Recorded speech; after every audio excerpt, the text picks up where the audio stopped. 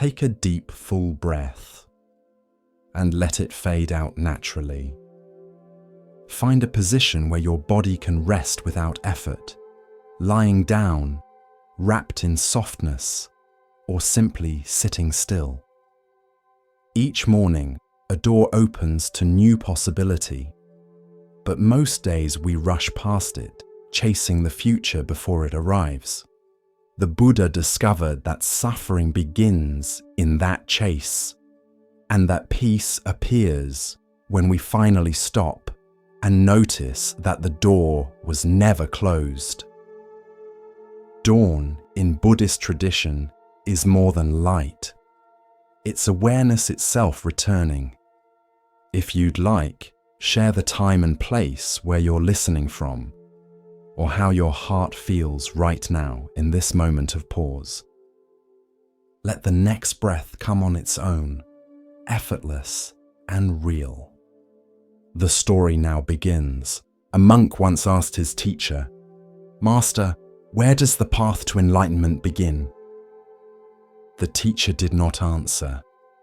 Instead, he stood up, walked across the room, and swept the floor. Later that night, the monk asked again, "Then where does it end?" The teacher looked up from pouring tea and said, "If it ends, it was never the way." This is the story of non-arrival, the path that unfolds not to get somewhere, but to be fully where you are. Long ago, in a forest monastery, a wandering monk arrived seeking answers. He had studied every scripture, debated with scholars, and meditated in caves for years. And yet, he felt restless, incomplete, as if truth always lived just beyond the next bend. He bowed to the abbot and said, "I have walked many roads. I seek the one that leads to awakening." The abbot nodded and replied, "Very well. Walk with me tomorrow at dawn." The next morning, they walked. Through bamboo groves, past quiet ponds, up rocky trails where mist clung to the earth like breath. They walked all day. The monk said little.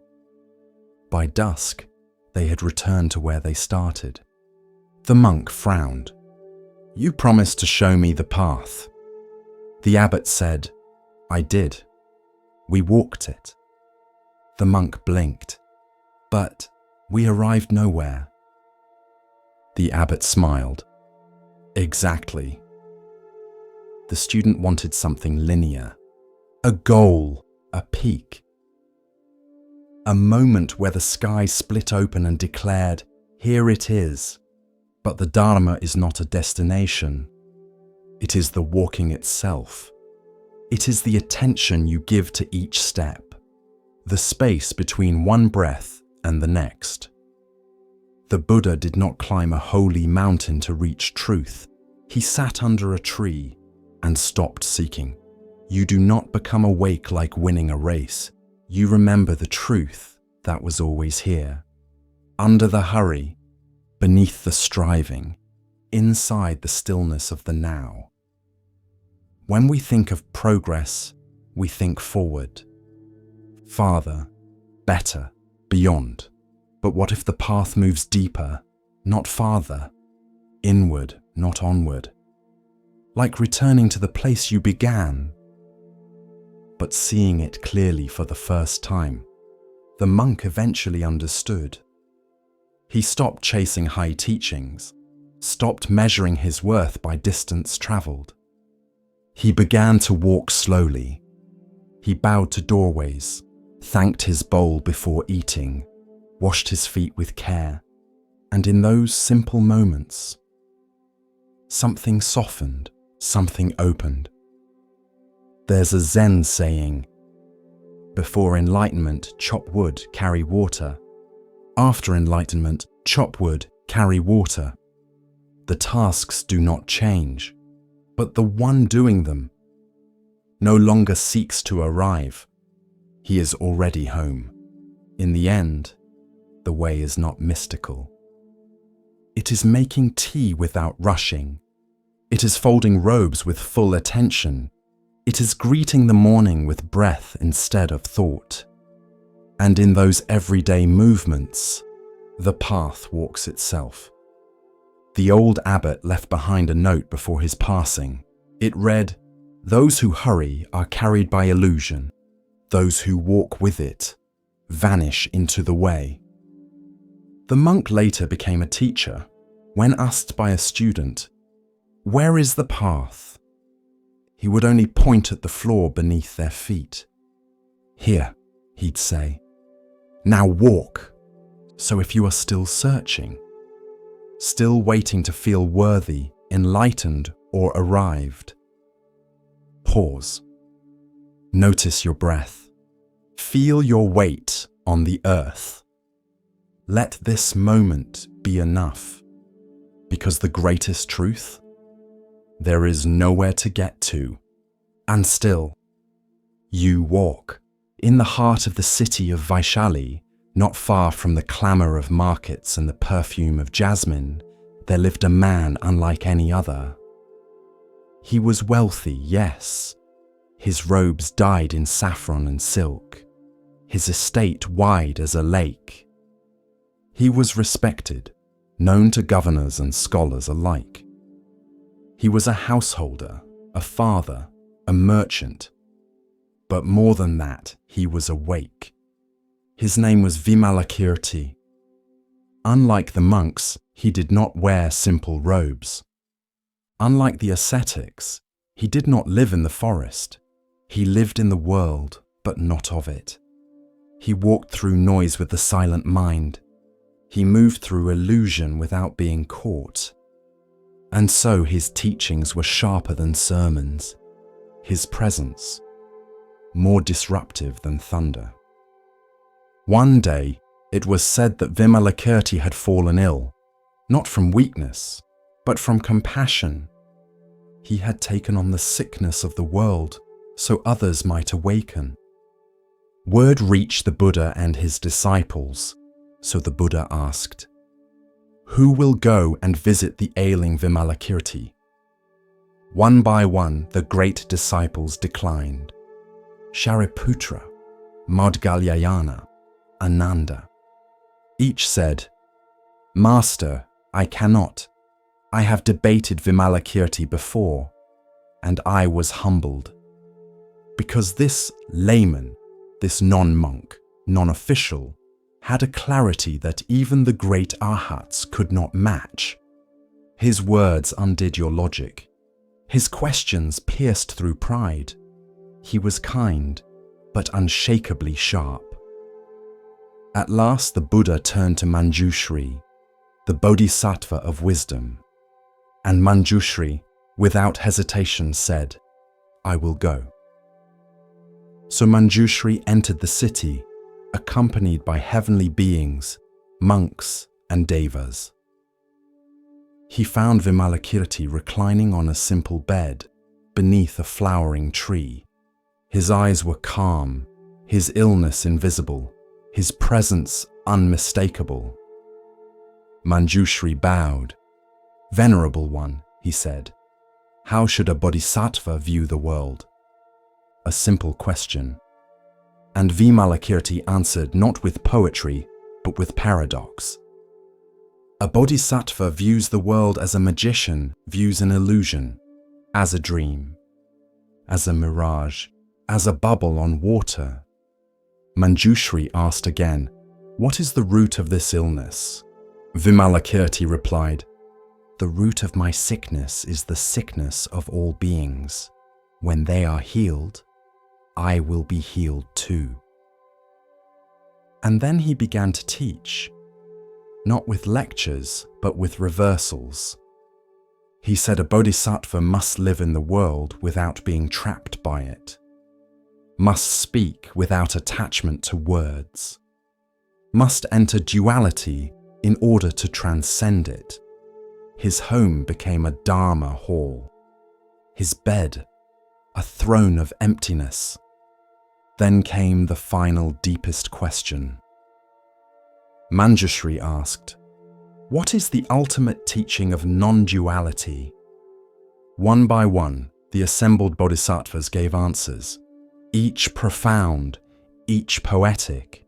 They spoke of emptiness, of no birth and no death, of neither here nor there, of neither self nor other.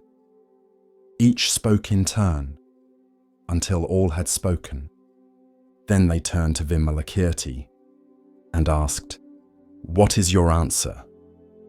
Vimalakirti looked at them, smiled, and said, "Nothing." He remained completely silent. No gesture, no word, just presence.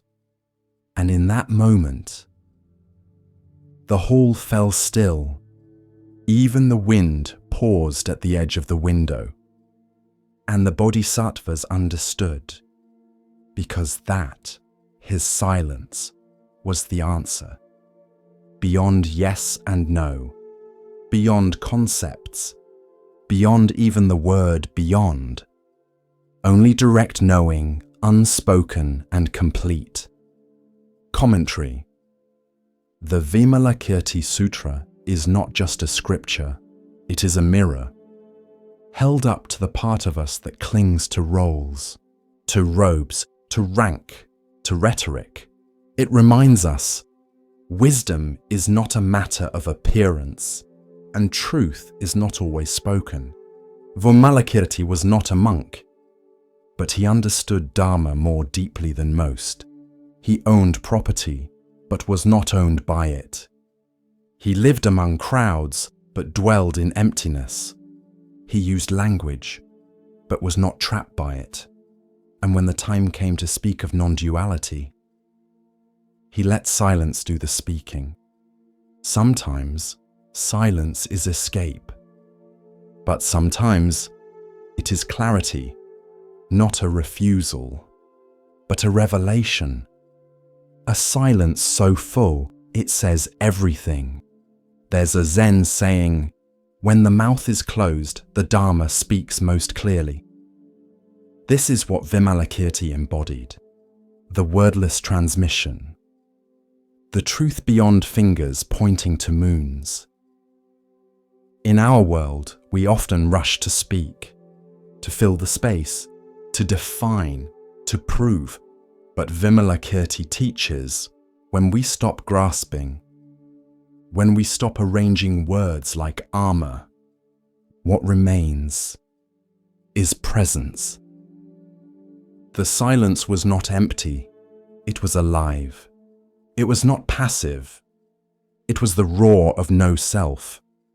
It dismantled even the idea of someone giving an answer, and left only this. You don't have to be a monk to wake up.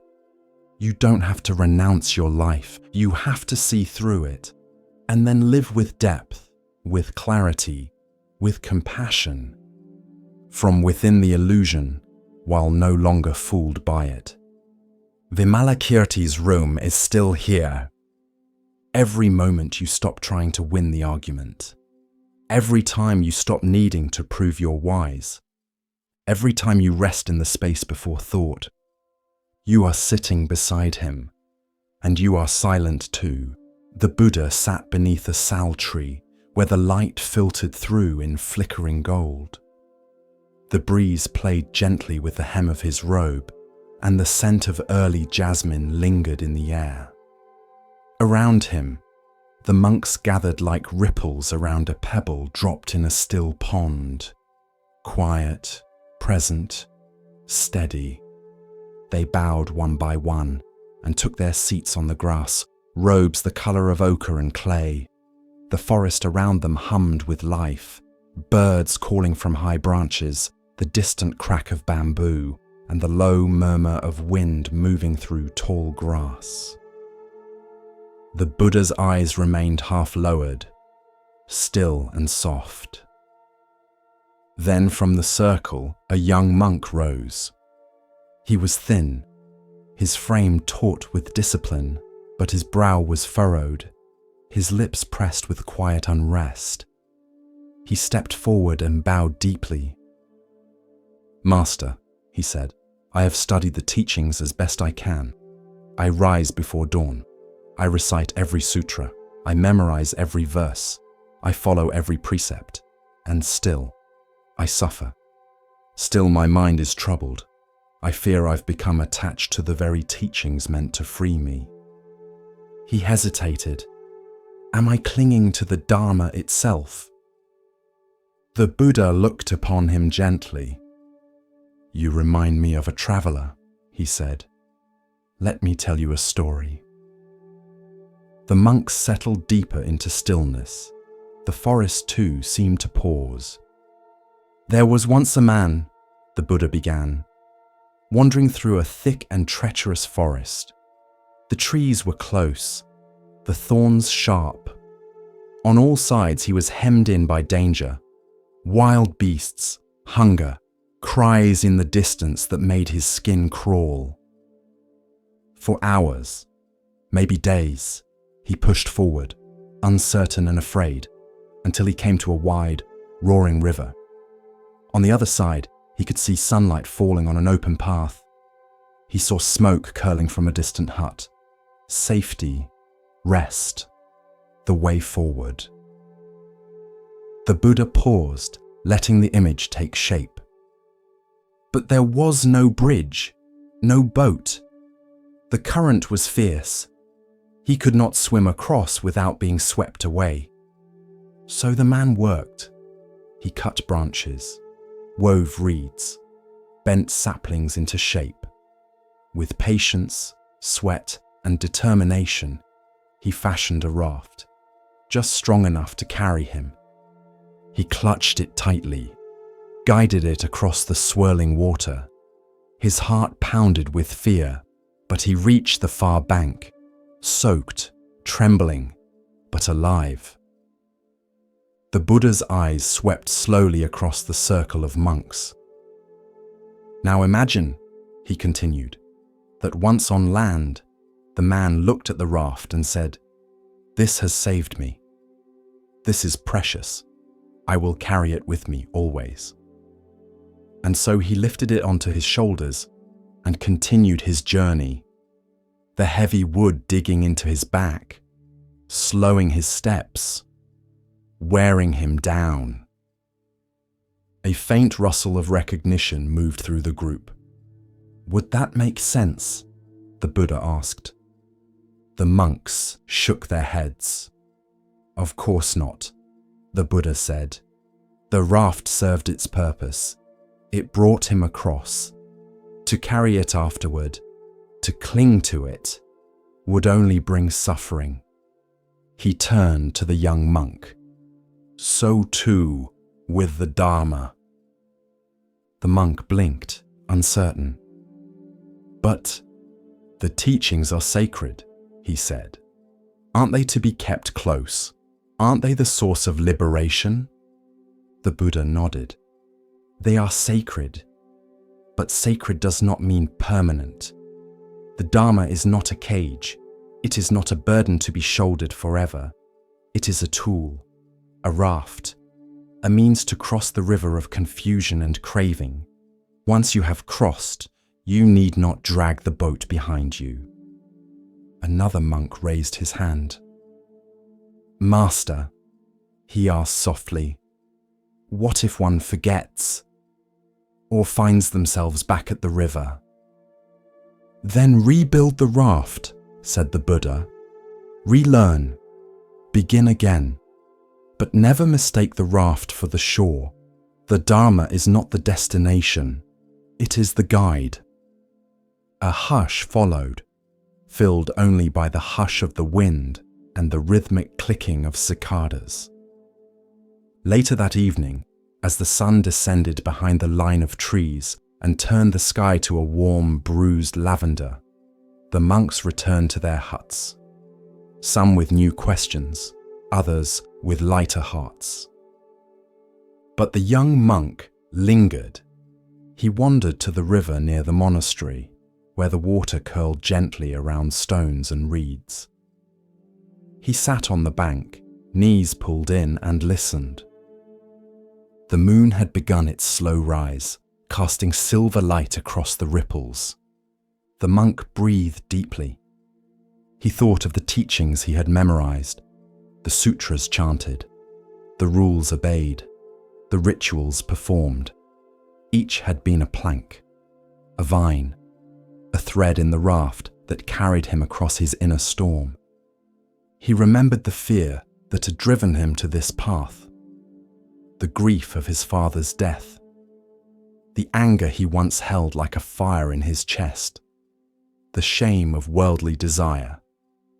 Each teaching had helped him cross some inner current, but now, here he sat, dry but weary, clutching the raft as though it were still necessary. And he saw. He had carried not just the teachings, but his pride in them, his fear of failure, his guilt for each imperfect thought, his grasping for perfection, and all of these too were rafts, built to carry him through old pain, meant to be honored, yes, but then let go. He closed his eyes. The breeze shifted. The night deepened. By morning, he rose and returned to the Buddha. He bowed low, his hands open, his heart quiet. I have crossed, he said softly, and the Buddha replied, then walk freely. No further instruction, no ceremony. Just a smile, the kind that sees without needing to explain. Because truth, like a raft, is not meant to be worshipped. It is meant to be used, held for a time, then released. And so the monk walked on, not empty, but unburdened. He still chanted, still meditated, still studied the sutras. But now he did so not out of fear, not to be perfect, but because he understood their purpose. They were not chains, they were maps, and once you arrive, you do not need the map to breathe. Years later, when a new monk came with the same question, full of guilt, clinging to rules like a man clutching driftwood, he told him of the raft. He pointed to the river and smiled. As we continue our journey through the wisdom of Zen Buddhism, let us turn to a tale about recognition and the true nature of worth. This is the next story. A monk walked along a dusty trail, his robe fluttering slightly with each step. The morning air was clear, the sun warm but soft. A few birds called lazily from the treetops, but the monk's brow was furrowed. He had been sent to deliver a letter to a nearby monastery, and he was late.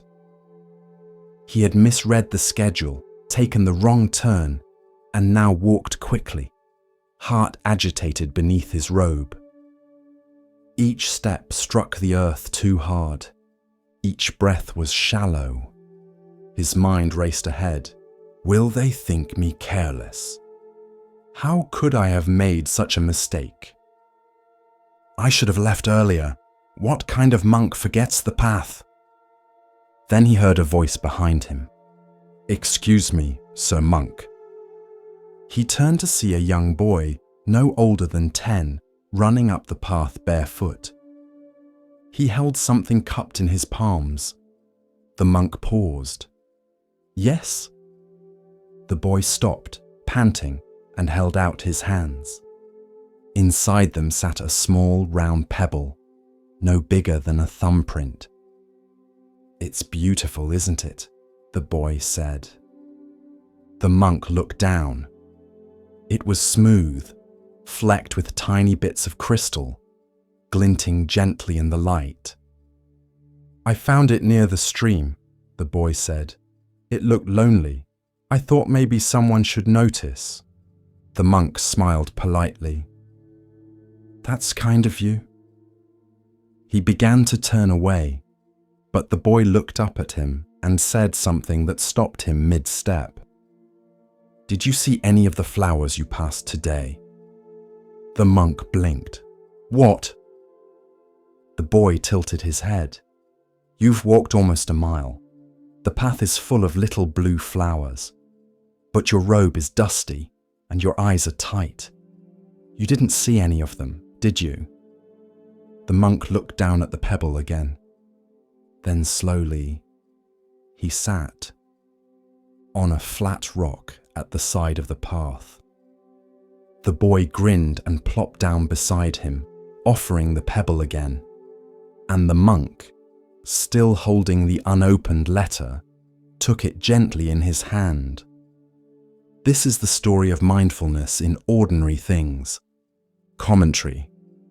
In Zen, we often speak of awakening as though it is some great flash of light or a sudden shift in consciousness.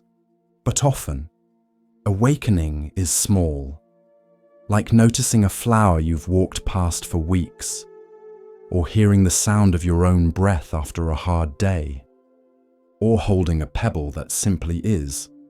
The monk had been walking as if his destination were the only thing that mattered. His hurry had made him blind. Not because he lacked wisdom, but because he had left the present moment behind in favor of imagined shame and future apologies. The boy, with no training and no robe, was more awake than he, not because he had studied sutras, but because he saw what was in front of him, and he shared it. There's a Zen phrase: the miracle is not to walk on water, but to walk on the earth. The monk delivered the letter later that day, but he took a different path back, slower, softer. He paused to notice the flowers the boy had spoken of, tiny blossoms with indigo petals, scattered like spilled paint across the roadside. He bowed to them, then reached into his robe and touched the small pebble still in his sleeve. After that, he kept it on the windowsill beside his mat, not as a relic, but as a reminder that awareness begins not with enlightenment, but with noticing what's already here. We spend our lives waiting for bigger signs, bigger truths, more impressive moments. But the sacred is everywhere, in the weight of a spoon, the hush of dusk, the rhythm of footsteps, the coolness of a cup before tea is poured. The boy in the story grew up. He never became a monk. But he taught his children to pause, to touch the bark of trees, to look into puddles after rain, to name the colors of the sky at sunset. And his children did the same. Sometimes the greatest teachers do not stand at the front of a hall. They kneel by a stream and lift a stone, so let the pebble teach you. Let it slow you down. Let it whisper. This moment matters too. In one hand, he carries a book, the Prajnaparamita Sutra, the perfection of wisdom. In the other, he wields a sword, long, luminous, and aflame with clarity. He rides a lion, not to show power, but to symbolize the fearlessness of insight. This is Manjushri, the bodhisattva of wisdom, where Avalokiteshvara brings compassion, where Samantabhadra brings vow and action. Manjushri brings the sharp, radiant truth. His name means gentle glory. But his wisdom is not soft. It does not comfort. It cuts. It slices through illusion with the precision of a blade honed on silence. The sword he carries is not for battle. It is for discernment. It separates appearance from reality, self from no self, thought from knowing. It reveals what we are too afraid to see and too free not to see.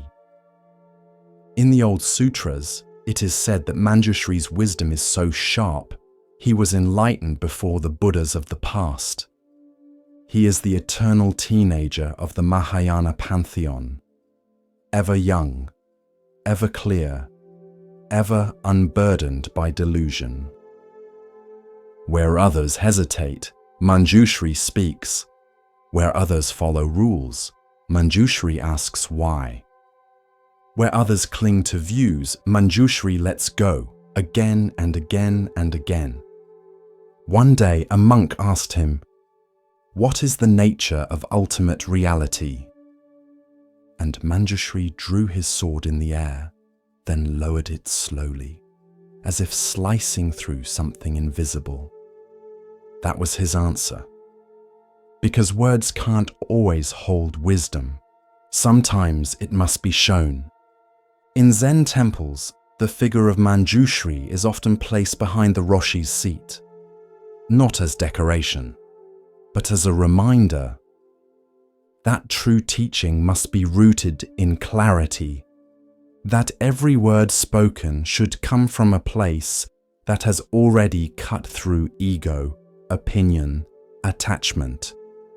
The teacher, like Manjushri, must see clearly before they speak. There is a famous koan. A young monk full of doctrine said to the master, "I've memorized the Heart Sutra. I understand emptiness. There is no I, no ear, no mind, no path, no attainment." The master pointed to a bowl of rice and said, "Then eat, because understanding is not the point. Living is." This is what Manjushri teaches, wisdom that is not locked in scriptures, but embodied, applied, lived. The sword is not aggressive, it is necessary to wake us, to free us, to carve away the clinging and the confusion until only truth remains, not an idea, but a mirror with no dust. There's a story told in the mountains. A disciple sat meditating, trying to silence his thoughts. He came to Manjushri in prayer and asked, "Please cut away my illusions." That night, in a dream, Manjushri appeared. He said nothing, only lifted his sword and placed it gently on the disciple's shoulder, not to strike, but to remind him, the blade is not outside you. It is within.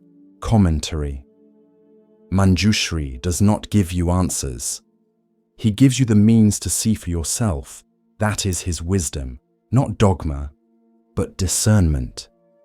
Not belief, but perception stripped of filter. The sword cuts two ways. It cuts through ignorance, but also through comfort. It forces us to ask, what have I built my life on? And what happens when that is no longer solid? Can I let go? Can I breathe? Even when the ground beneath me vanishes. Wisdom is not knowing more. It is needing less. It is silence that doesn't need applause. It is clarity that does not waver in the dark. It is the ability to sit in confusion and not flinch, to stand before illusion and not bow, to name what is and let go of what is not. The lion Manjushri rides is not a beast of war. It is the mind that has been tamed. The roar is no longer fear. It is the roar of reality unfiltered. The courage to face things as they are. There's a quiet danger in spiritual life. We want wisdom to feel good, to validate us, to comfort the parts of us that ache. But Manjushri reminds us, true wisdom will sometimes hurt. It will dismantle the story we've told ourselves. It will whisper, "You are not who you think you are." And if we listen, the story ends and life begins. In your own practice, the sword appears in many forms. The question you can't answer. The moment you realize you've been wrong. The teacher who looks you in the eye and says nothing because anything they say would only get in the way. That is the sword, cutting gently, so you can see clearly, You don't have to fear it. You have to wield it. In kindness, in honesty, in the decision to no longer live half asleep. When you chant, chant with the sword. When you bow, bow with the sword. When you love, love with the sword. Not to harm, but to see clearly what love is. Because love without wisdom is sentiment, and wisdom without love is cold. But together, they are Manjushri and Avalokiteshvara, and the path itself. There was once a kingdom where wisdom was prized like gold. Rulers held counsel with monks. Children learn not only how to count, but how to think. And among its most respected voices was a wandering teacher known simply as the Buddha. He did not wear jewels, he did not shout, but when he spoke, even the birds seemed to pause. And one day, in the town square of a village nestled near the banks of the Ganges, he told a story. Not to entertain, but to reveal. The dispute began with laughter, then sharp words. A group of scholars, each confident in his own tradition, had come to debate. Some were Brahmins, others were ascetics. A few belonged to newer sects, filled with fiery conviction and scrolls still smelling of fresh ink. They spoke of truth, of soul, of self, of afterlife, of permanence, of nothingness. Each man insisted his view was the whole, complete, correct. The others, misguided, foolish, dangerous. They argued beneath a fig tree, loud enough that passers-by turned to look. A merchant chuckled, a potter shook his head, a child pointed and whispered, "They sound like crows fighting over the same grain." When the Buddha arrived, he did not interrupt. He simply sat and waited until their voices began to falter, some from exhaustion, some from shame. And into that space, he placed his voice like a drop of water on a still pond. "There was once a king," the Buddha began, "who summoned 6 men born blind since birth." The scholars fell quiet. The king told them, "I will allow you to encounter something magnificent. Tell me what it is." The blind men were curious, eager. They were led one by one to a massive animal they had never known, a mighty elephant. Each man was guided to touch a different part. The first reached out and felt the flank. He pressed his palms against its broad, warm side and declared, "Ah, an elephant is like a wall, wide and unmoving." The second grasped the tusk, smooth and curved like polished stone. "No, no," he said. "An elephant is like a spear, sharp and strong." The third took hold of the trunk, which coiled and shifted in his arms. "You're both wrong. It is like a snake, alive, twisting, breathing." The fourth felt the knee, round and solid.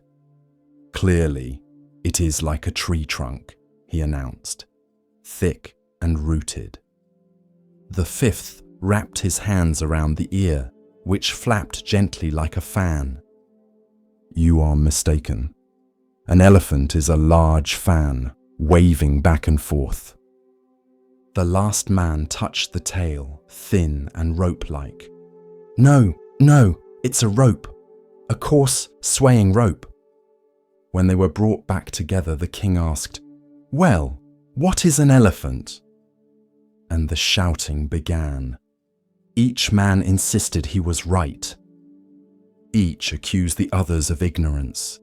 Each swore he had touched the truth with his own hands. And in a way, they had. The Buddha paused. The scholars sat frozen, the parable hanging in the air like incense smoke. Each man, he said, encountered only a part. Each was sincere, each described what he felt, and yet none saw the whole. He looked at each scholar now, gently, without judgment. So it is with many truths.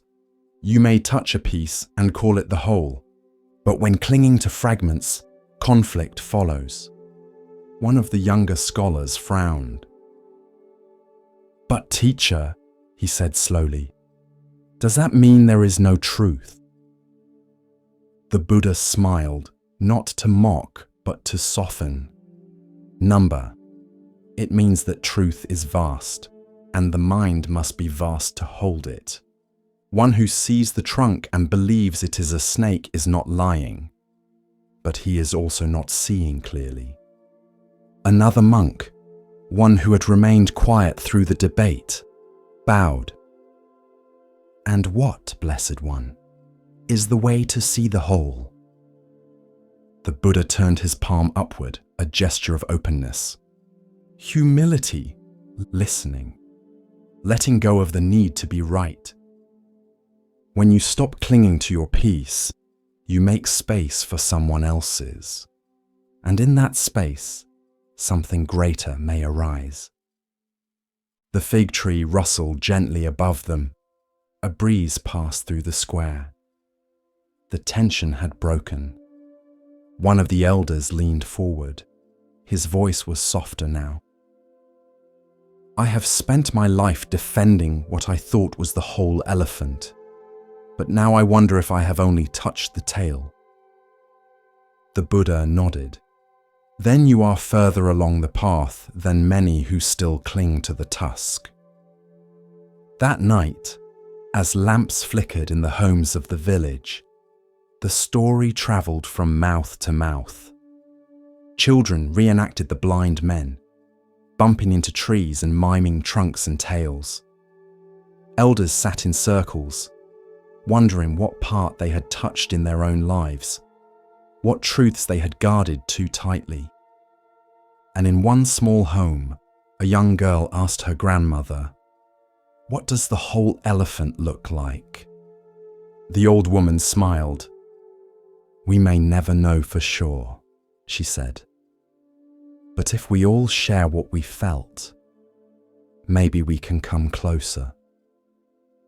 And so, the parable of the blind men and the elephant was passed on, not as a warning against belief, but as an invitation to perspective, to listen, to learn, to let go of the walls we build around our understanding. Centuries later, the story would still be told, in temples, in schools, in circles of debate and doubt. And always, it would whisper the same truth. No one sees everything, but together we can see more. As we move deeper into the quiet teachings of Zen, we come to a story about seeing clearly and understanding true value. Listen carefully to the next story. The master was dying. Not suddenly, not tragically, just quietly, like a season completing itself. His name was Master Togen, and he had taught for over 40 years. He never raised his voice, never insisted, never asked to be followed.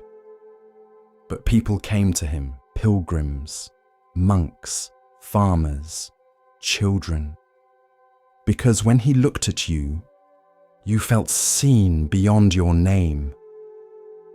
Now, his breath was thin, his hands still, his body a whisper of what it once was.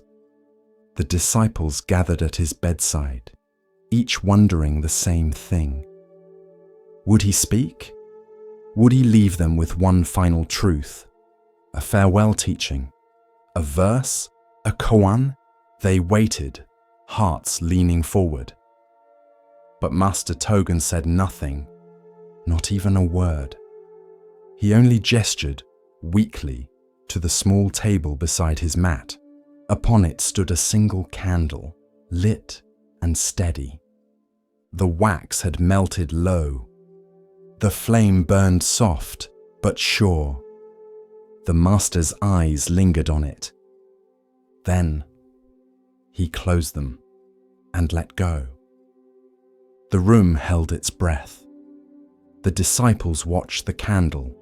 It flickered once, then twice, and just as the master's body cooled, the candle went out.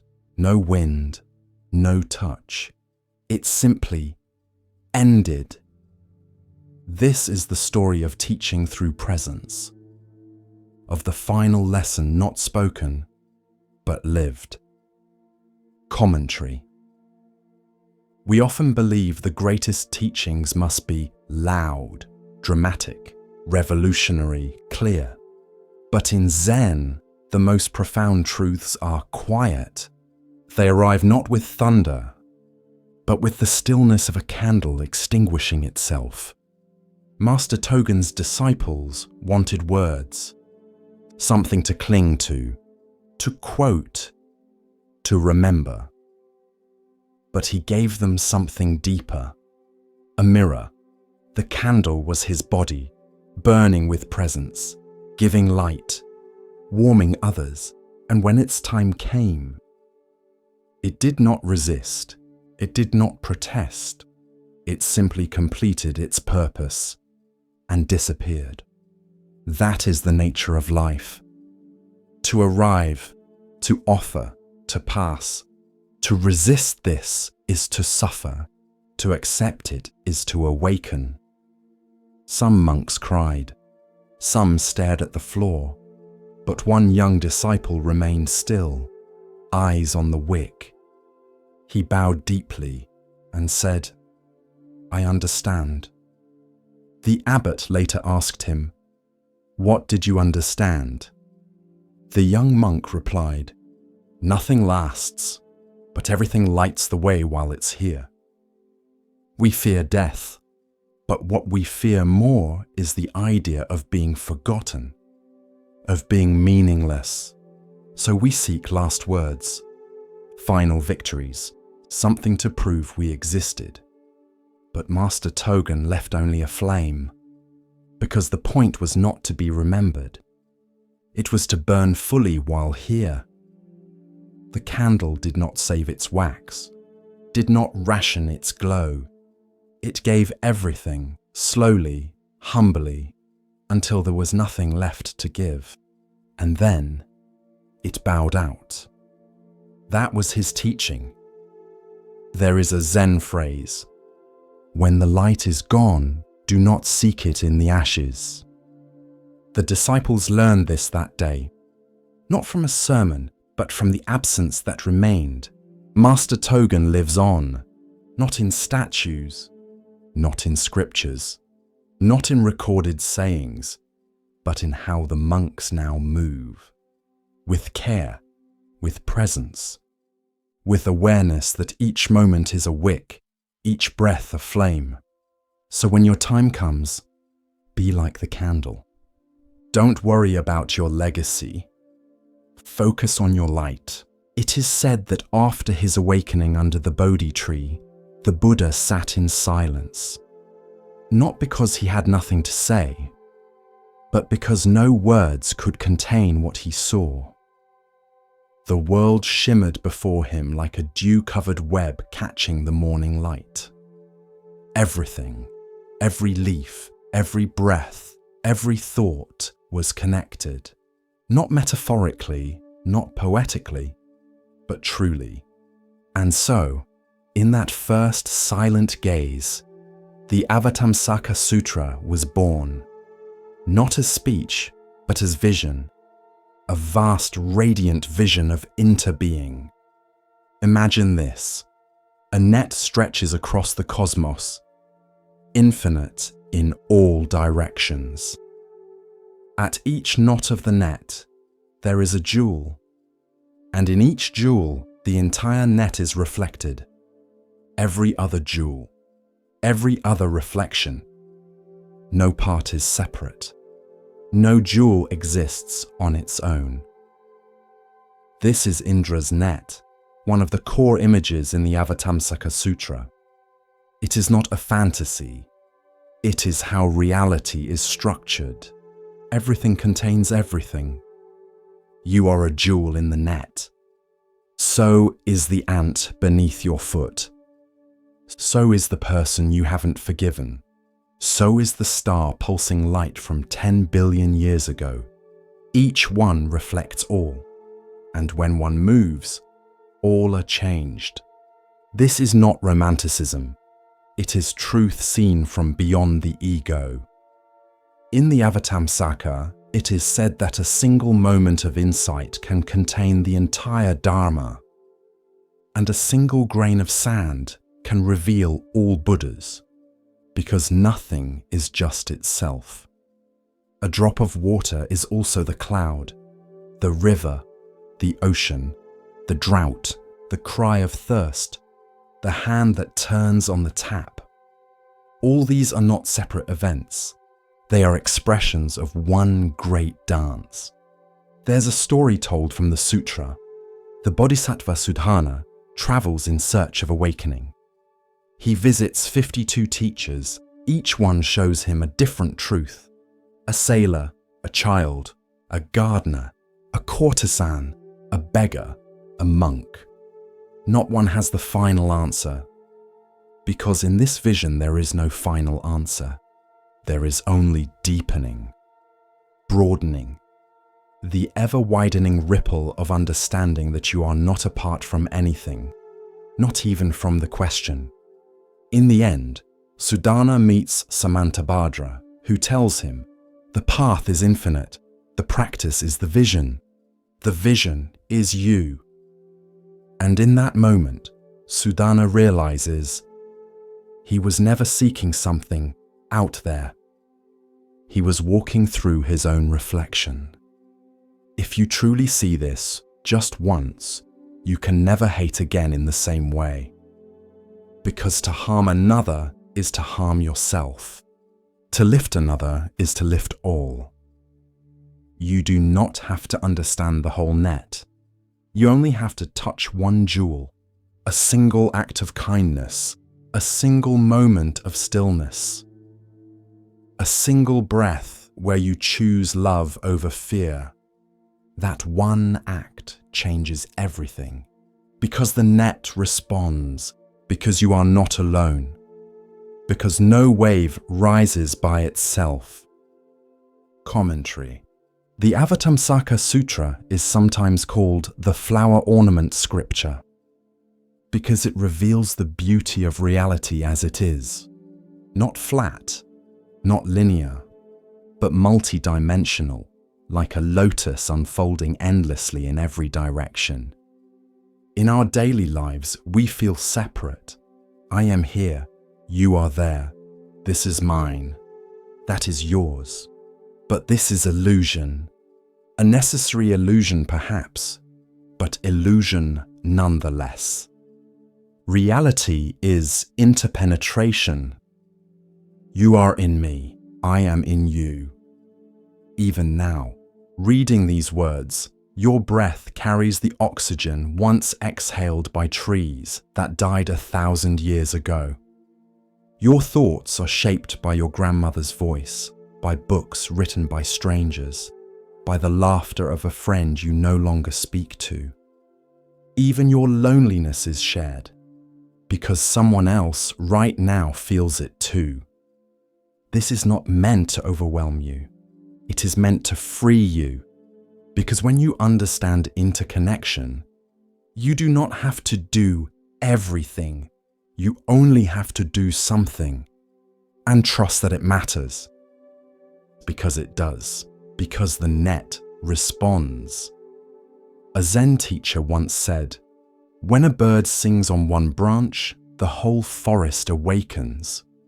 You may be that bird, you may be the branch, or the silence that follows.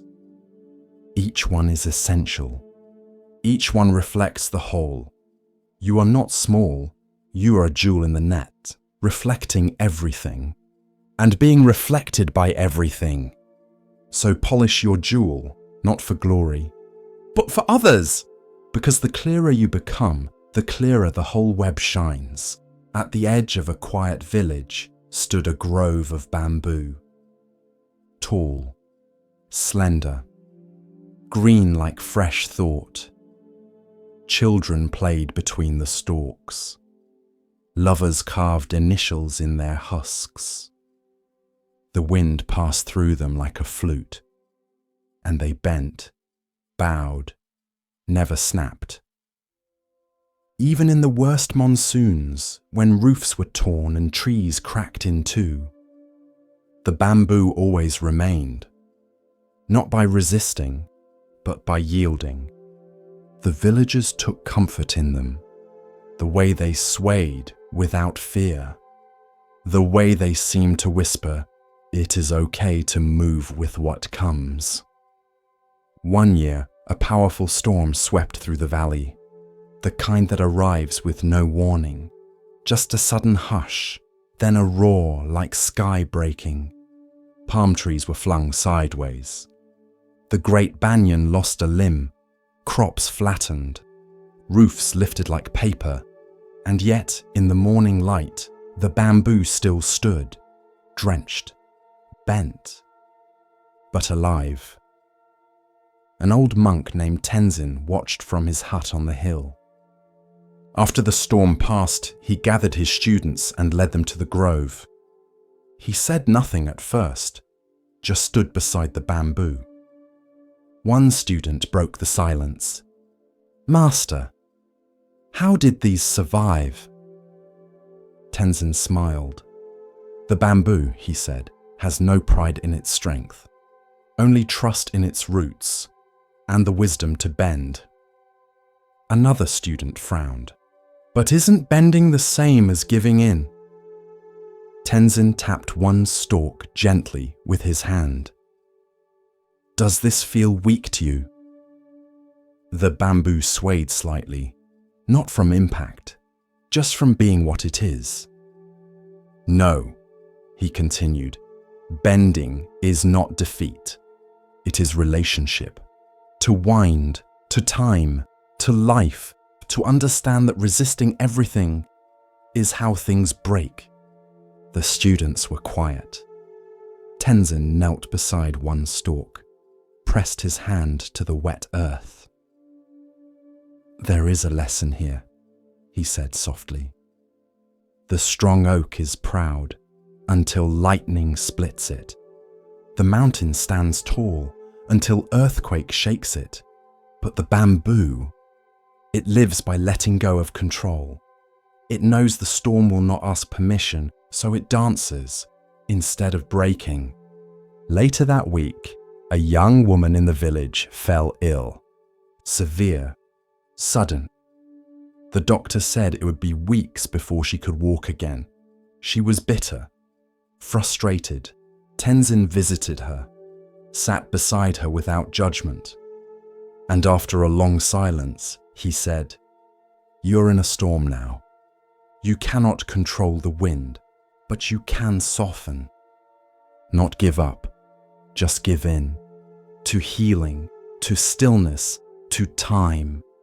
She cried, and in that surrender, healing began. Months passed, the village rebuilt. The trees grew back slowly, but the bamboo never changed much. It didn't need to, because it had already learned what others forgot, that survival is not always about standing firm. Sometimes it's about moving with grace. There is a line in a Zen poem, "Be like bamboo, deep-rooted, open-jointed, hollow-hearted. What bends does not break. What yields is not weak. And what allows itself to sway teaches us what it means to stay." With each step on the Zen path, a new lesson unfolds. Now we turn to a story about recognition, of self, of others, and of what truly matters. Listen carefully to the next story. The wind in Lumbini moved gently, like breath held between two worlds. It was spring, the trees were in bloom, and the sal branches swayed with the weight of 1,000 white blossoms. drifting like snow through sunlight. The grove itself had always been sacred, but on this day it held its breath because something was about to happen. Queen Maya of Kapilavastu had travelled far. Her time was near, and by custom, she had chosen to give birth in her family's village. The journey had been long, but gentle. Attendants walked quietly beside her. The sky stayed clear, and the earth itself seemed to soften beneath their steps. When they reached Lumbini, Maya smiled. Here, the air was different, cooler, still. The light filtered through the trees in beams so soft they looked like silk. She stepped down from her carriage, removed her sandals, and walked barefoot into the grove. Birds did not flee. They simply paused. At the center of the grove stood a tall sal tree, wide-branched and flowering. She reached for a low branch and rested her hand upon it. She did not cry out. She did not tremble. She breathed. And there, beneath the trees upon the earth in silence, a child was born. He did not enter with a cry. He entered with awareness. His eyes opened wide, dark and deep like the night before rain. His skin was said to shine with a glow not of this world, and the breeze, once soft, began to stir the leaves as if to sing. Attendants rushed forward. The midwife covered her mouth. The sky turned golden for a breath, and legend says that the flowers on the sal tree bent low to witness. The child did not wait to be carried. He stood. He took 7 steps, and with each step, where his foot touched the ground, a lotus bloomed. Not imagined, not metaphor, but real. Petals unfurled beneath his heels. Fragrance filled the air, and the world paused. Animals stopped their grazing, streams paused their song, and even the wind, surprised by the holiness of the moment, turned back to watch. When the 7th step was taken, the boy raised one hand to the sky and one to the earth. And in a voice that was not learned but remembered, he said, "In this life, I am born for the benefit of all beings. This is my final birth. I will put an end to suffering." It is said that the Devas, gods of distant realms, gathered in silence, their hands folded, their eyes lowered, because something rare had occurred. A bodhisattva, fully awakened in past lives, had returned to walk the earth once more. Heavenly flowers fell through the air. Trumpets sounded without instruments. Celestial beings whispered blessings the humans could not hear. And yet even those on earth, who had no names for such wonders, felt the shift. One man wept without knowing why. One horse knelt in its harness. A pot of rice boiled over though no fire was lit. Something had entered the world, something ancient, and entirely new.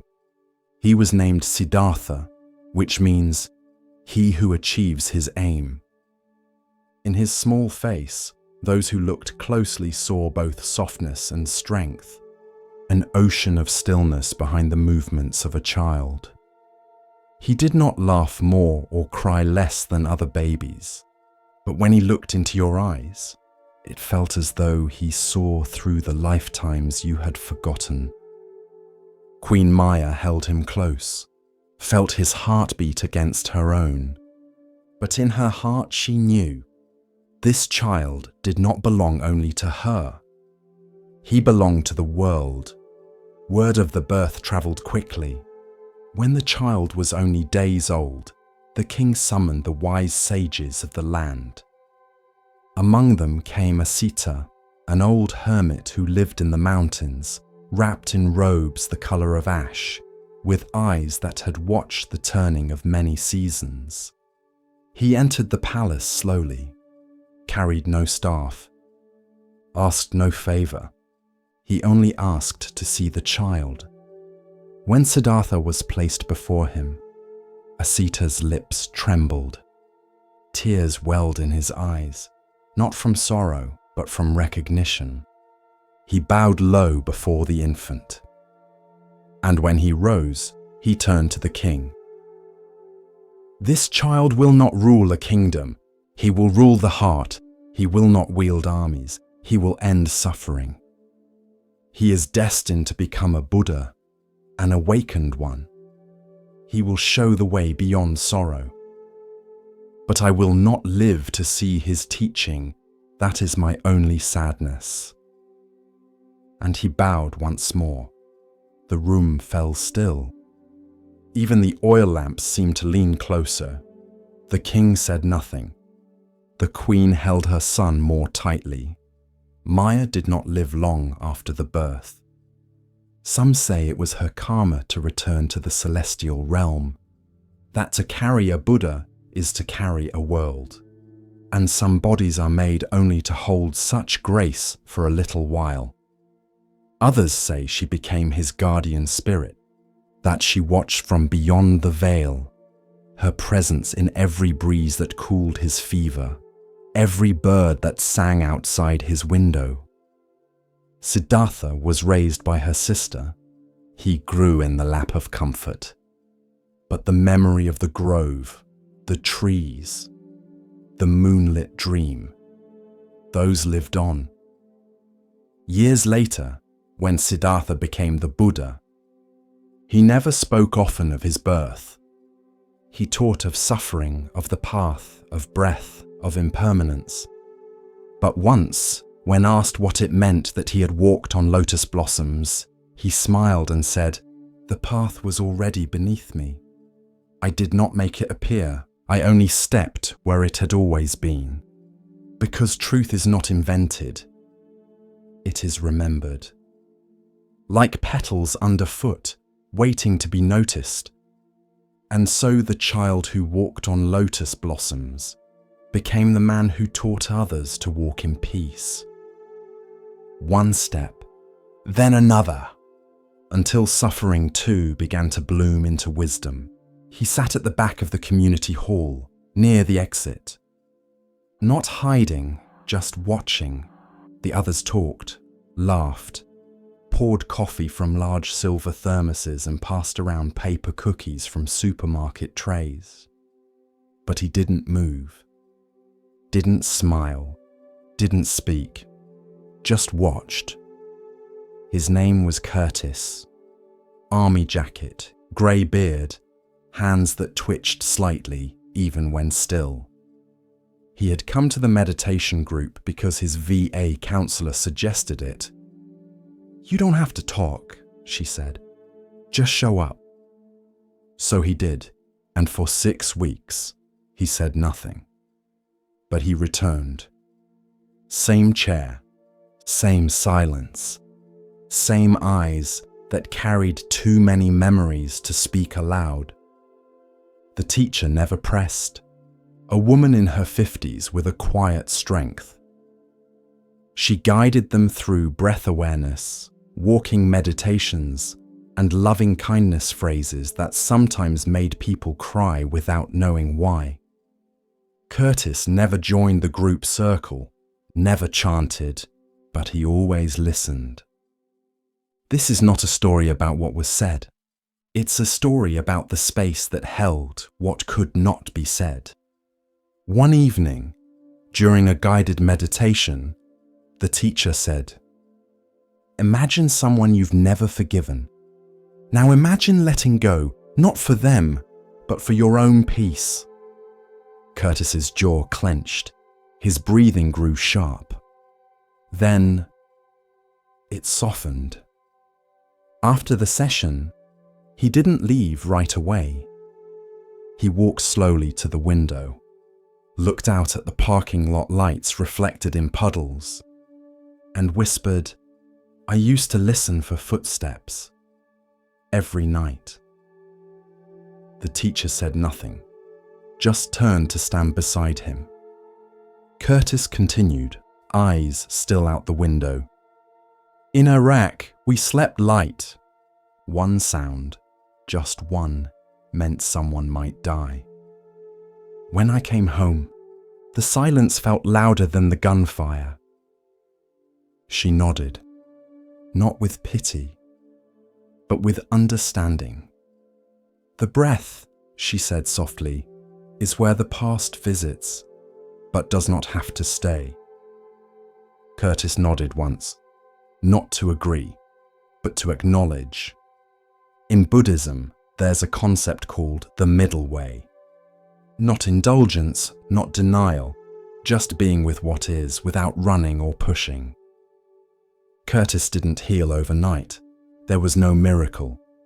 But he started walking more, started breathing deeper, started sitting with his pain instead of being swallowed by it.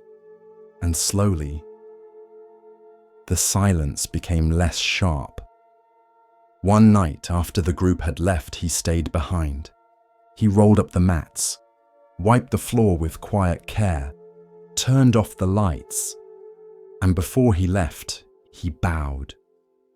No one saw it, no one needed to. There's a koan that says, "Show me your original face, the one you had before the world told you who to be." Curtis was learning to meet that face again. Not as a soldier, not as a broken man, but as someone who could sit with sorrow without becoming it.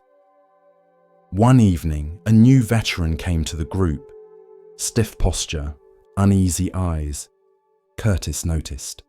After the session, he walked over and offered a single sentence. "Don't worry, you don't have to say anything." Then he sat down beside him, and they watched the rain together. Healing isn't loud. It's not sudden. Sometimes it sounds like silence learning to be gentle. There was once a tree that stood just beyond the monastery walls. A tall maple. Its leaves flamed gold each autumn, spilling light into the courtyard like scattered coins. Monks often paused beneath it, bowing to its stillness, especially when the season turned. One afternoon in early autumn, a young novice sat beneath the tree, troubled. His master had given him a koan to meditate on. What do you cling to that no longer lives? He had meditated, chanted, even fasted, but the answer would not come. That day, the wind had begun its long conversation with the branches. A single leaf, amber at the edges, twirled down, landed softly in the novice's lap. He stared at it. Fragile, veined, no longer green, still beautiful, but no longer living. The tree gave no sign of loss. No grief, no clinging, only release. Another leaf drifted down, then another. The novice looked up. The tree was letting go of what had once been its crowning glory. Not with sorrow, but with grace. Later, he spoke with his master. Why does the tree drop what once gave it life? The master replied, because it trusts the cycle. It knows spring will come again. It makes room by releasing. The novice thought of the things he had held too tightly, a grudge from a harsh word, a dream that had withered, an idea of who he should become. He returned to the tree the next day, sat beneath it again. This time, when a leaf fell into his hand, he whispered, "Thank you," and let it go. That night, he wrote in his journal, "Letting go is not loss, it is returning." As the days grew colder, the tree became bare. Some monks said it looked lonely, exposed, but the novice saw strength in that nakedness. A kind of quiet surrender. It was not clinging to what had passed. It was preparing for what would come. Winter arrived. Snow dusted the monastery roofs. The tree stood still, unmoving, uncovered, unconcerned. Months passed, and then, one morning in spring, the novice awoke to find tiny buds on the tree's limbs, software green, new. He smiled and understood at last. What we release returns, but only when we've stopped grasping. There is a phrase in Buddhist teaching, you can't receive with a closed hand. The tree had shown this truth. Letting go is not the end. It is the opening. As our exploration of Zen Buddhism deepens, let us listen to a story that reveals how true worth is often overlooked. Here starts the next story.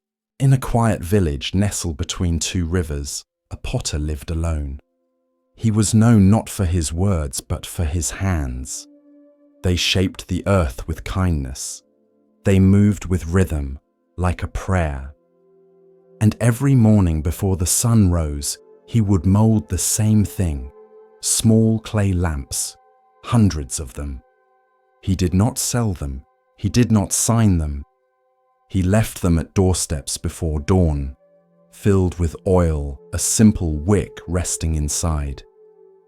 By evening, the lamps would flicker to life, soft amber lights glowing in windows and shrines, guiding travelers, warming meals, lighting prayers.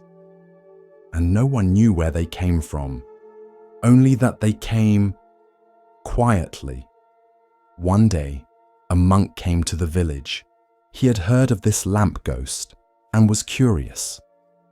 He waited outside a hut, said to belong to the potter, and watched the sun rise. Sure enough, the door creaked open. A thin man stepped out, carrying a worn wooden tray of unbaked lamps. He didn't see the monk at first, so the monk bowed and said gently, "Friend, why do you do this?" The potter paused.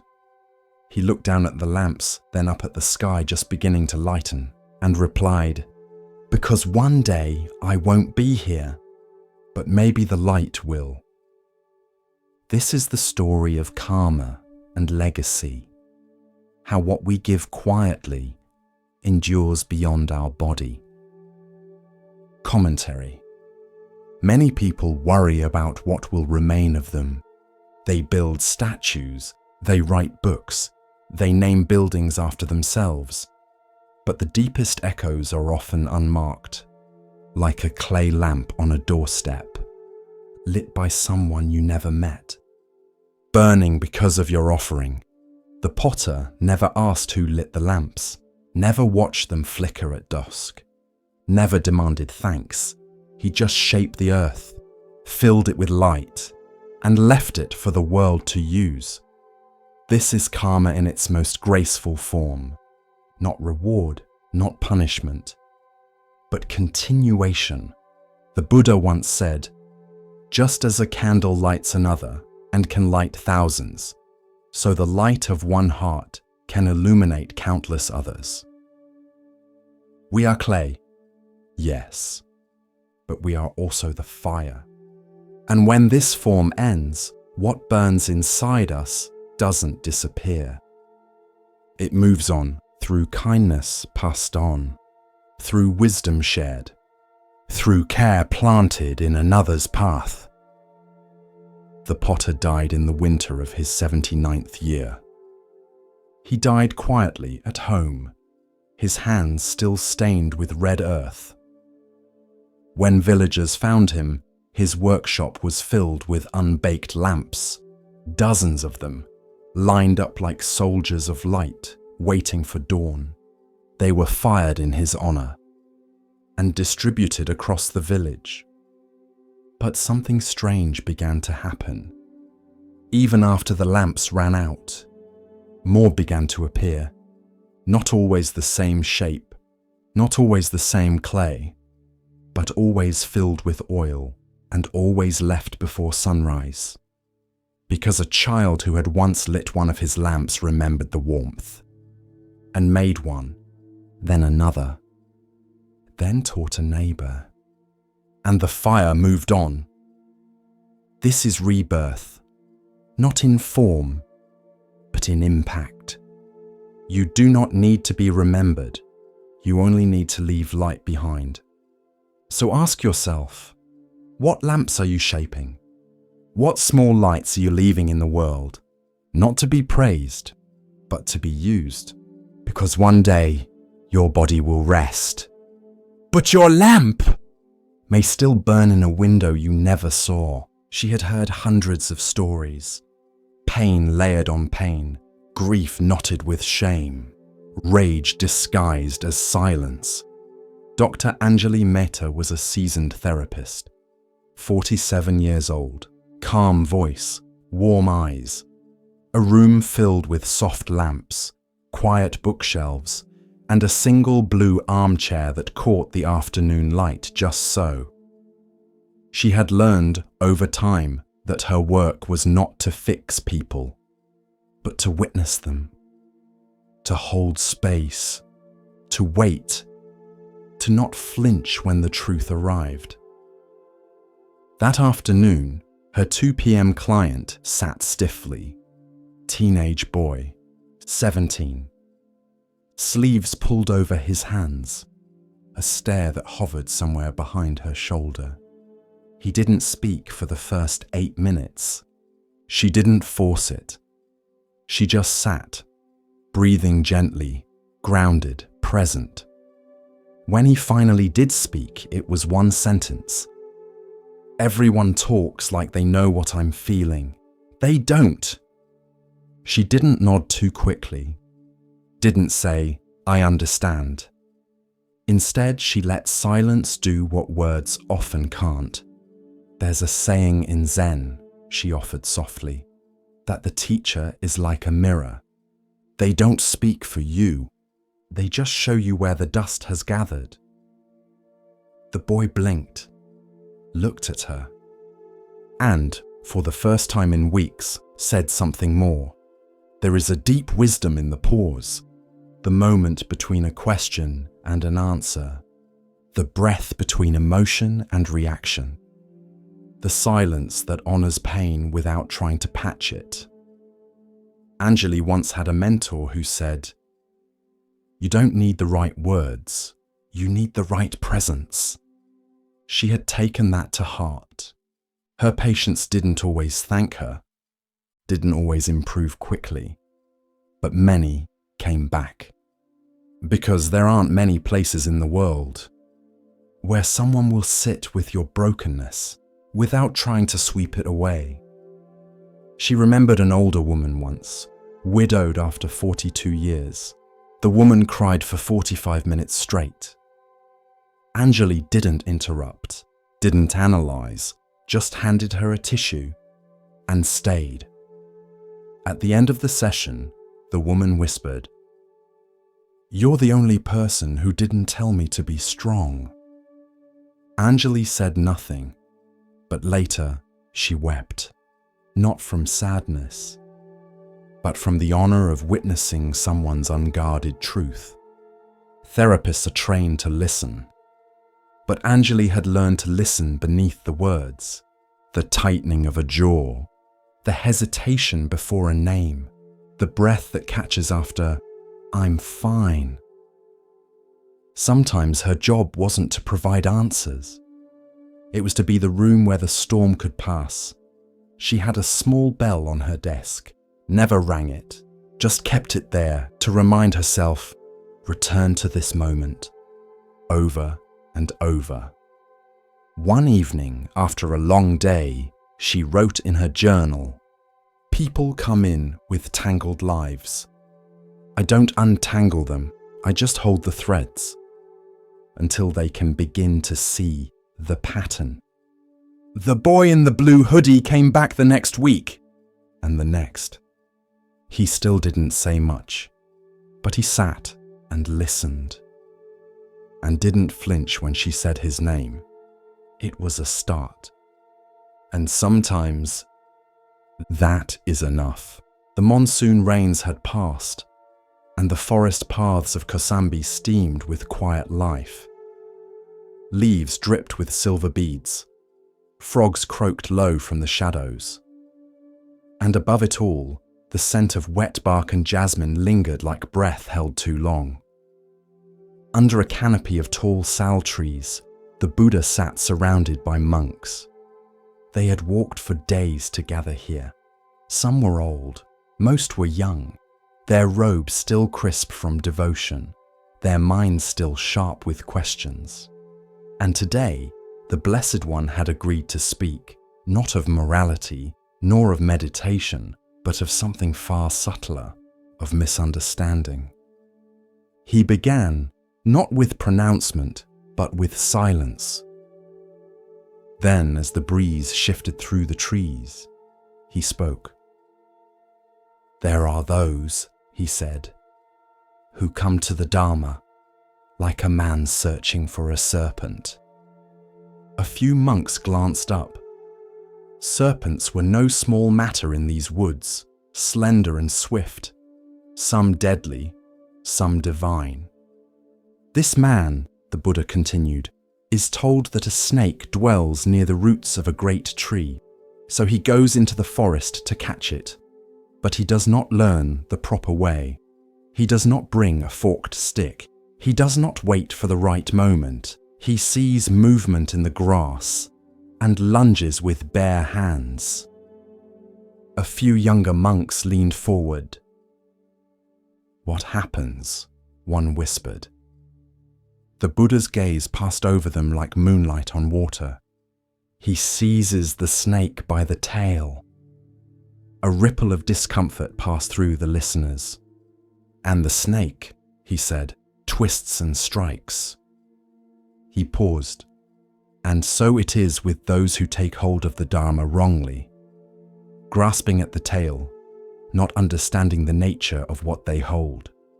And when it turns against them, they blame the teaching, never seeing that it was their own hand that erred." Silence fell again. It was not a parable to soothe, but to stir.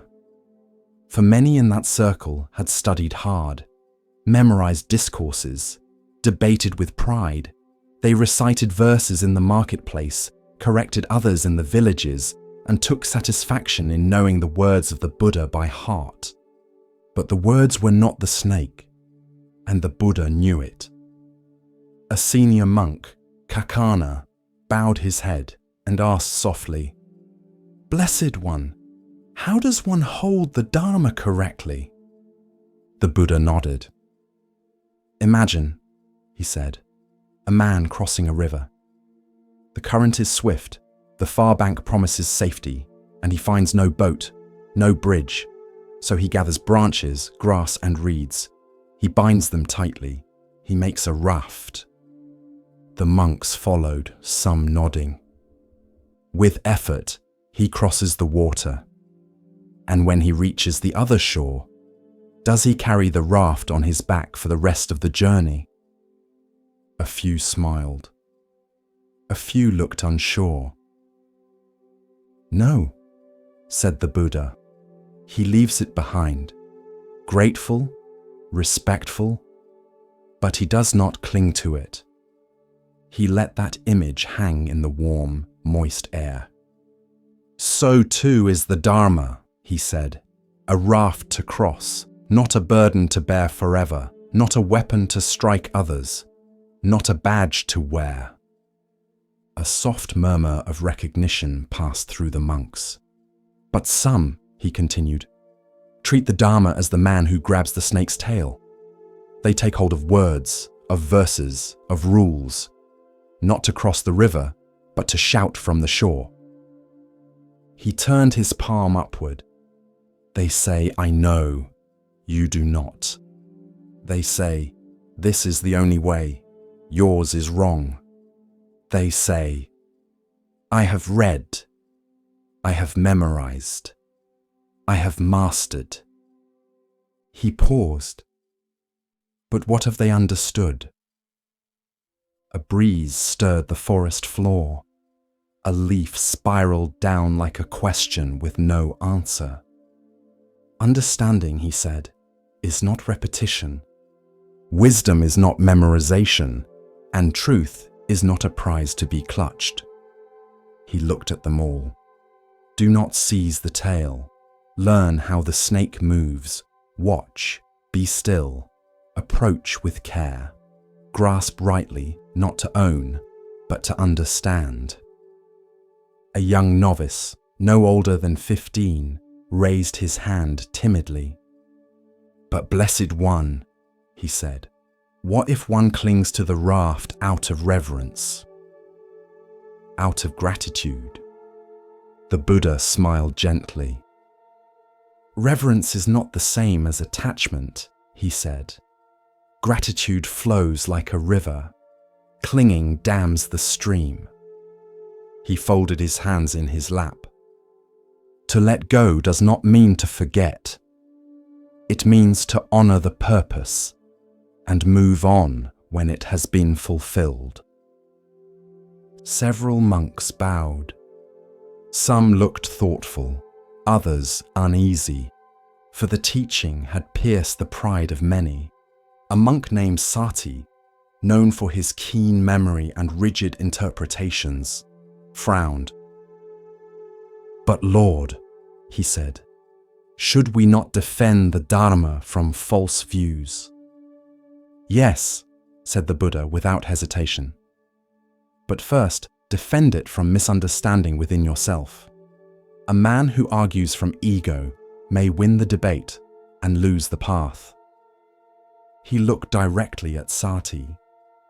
If you know a verse, but use it to shame another, you have caught the tail. He turned to the group once more. If you teach to elevate yourself, you have caught the tail. If you study only to be praised, you have caught the tail.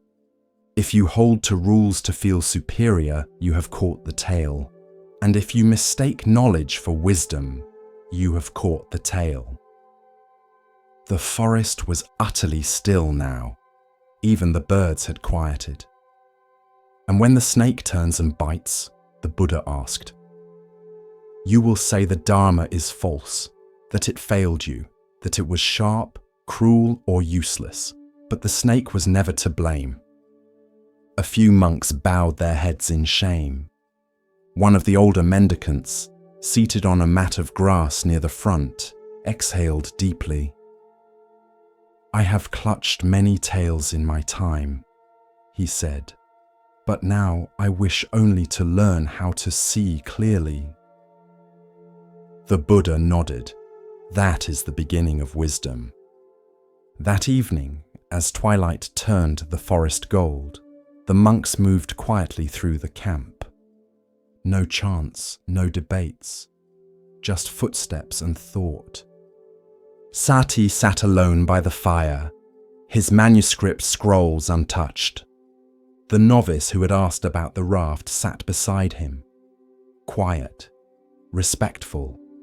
Sati turned and whispered, I used to think that knowing every word would make me wise. The boy looked at him. And now? Sati stared at the flames.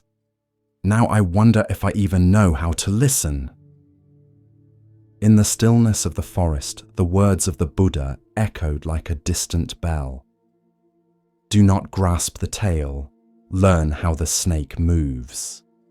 And in the hearts of those who truly listened, the Dharma shed its scales of pride, of certainty, of rigid form, and began, at last, to breathe. Continuing along the path of Zen insight, we pause now to hear a teaching about perception and hidden value. Listen carefully to the next story. The novice stepped forward, eyes low, robes gathered neatly in his arms.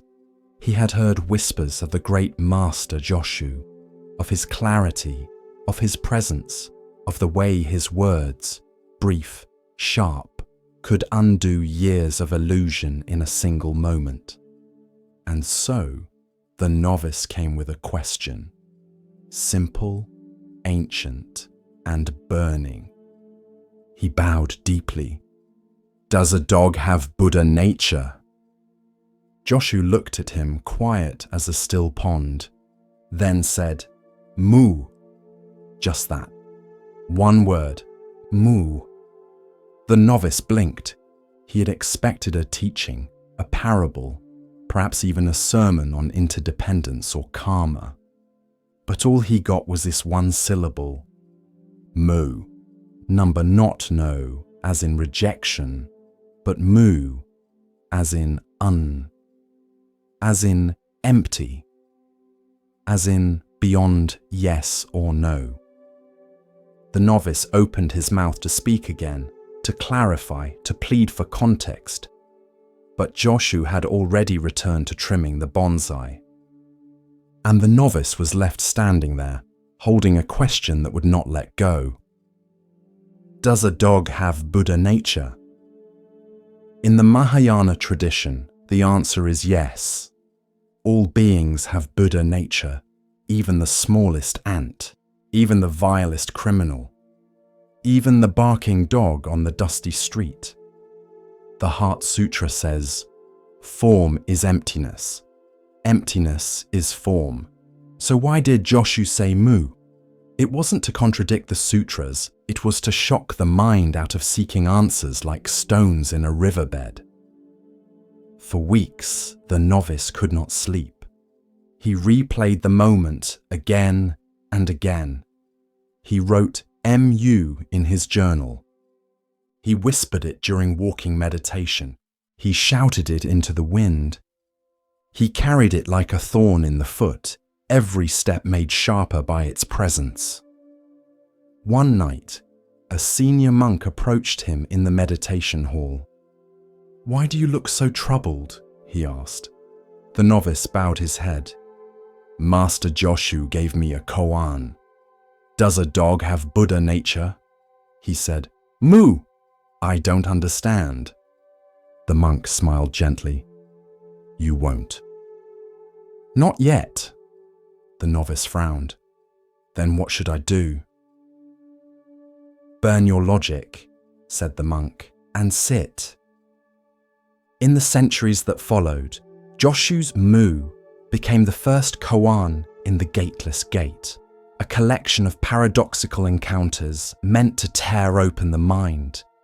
And it is said that some monks meditated on Mu for 5 years, 10, even 20. Not because the question was hard, but because the answer required the death of the one asking it. Mu is not a word, it is a doorway, but it has no latch, no hinges, no frame. Only a gate that exists because the mind insists there must be one. And the moment you stop trying to walk through it, it disappears. The novice became obsessed. He stopped eating. He stopped speaking.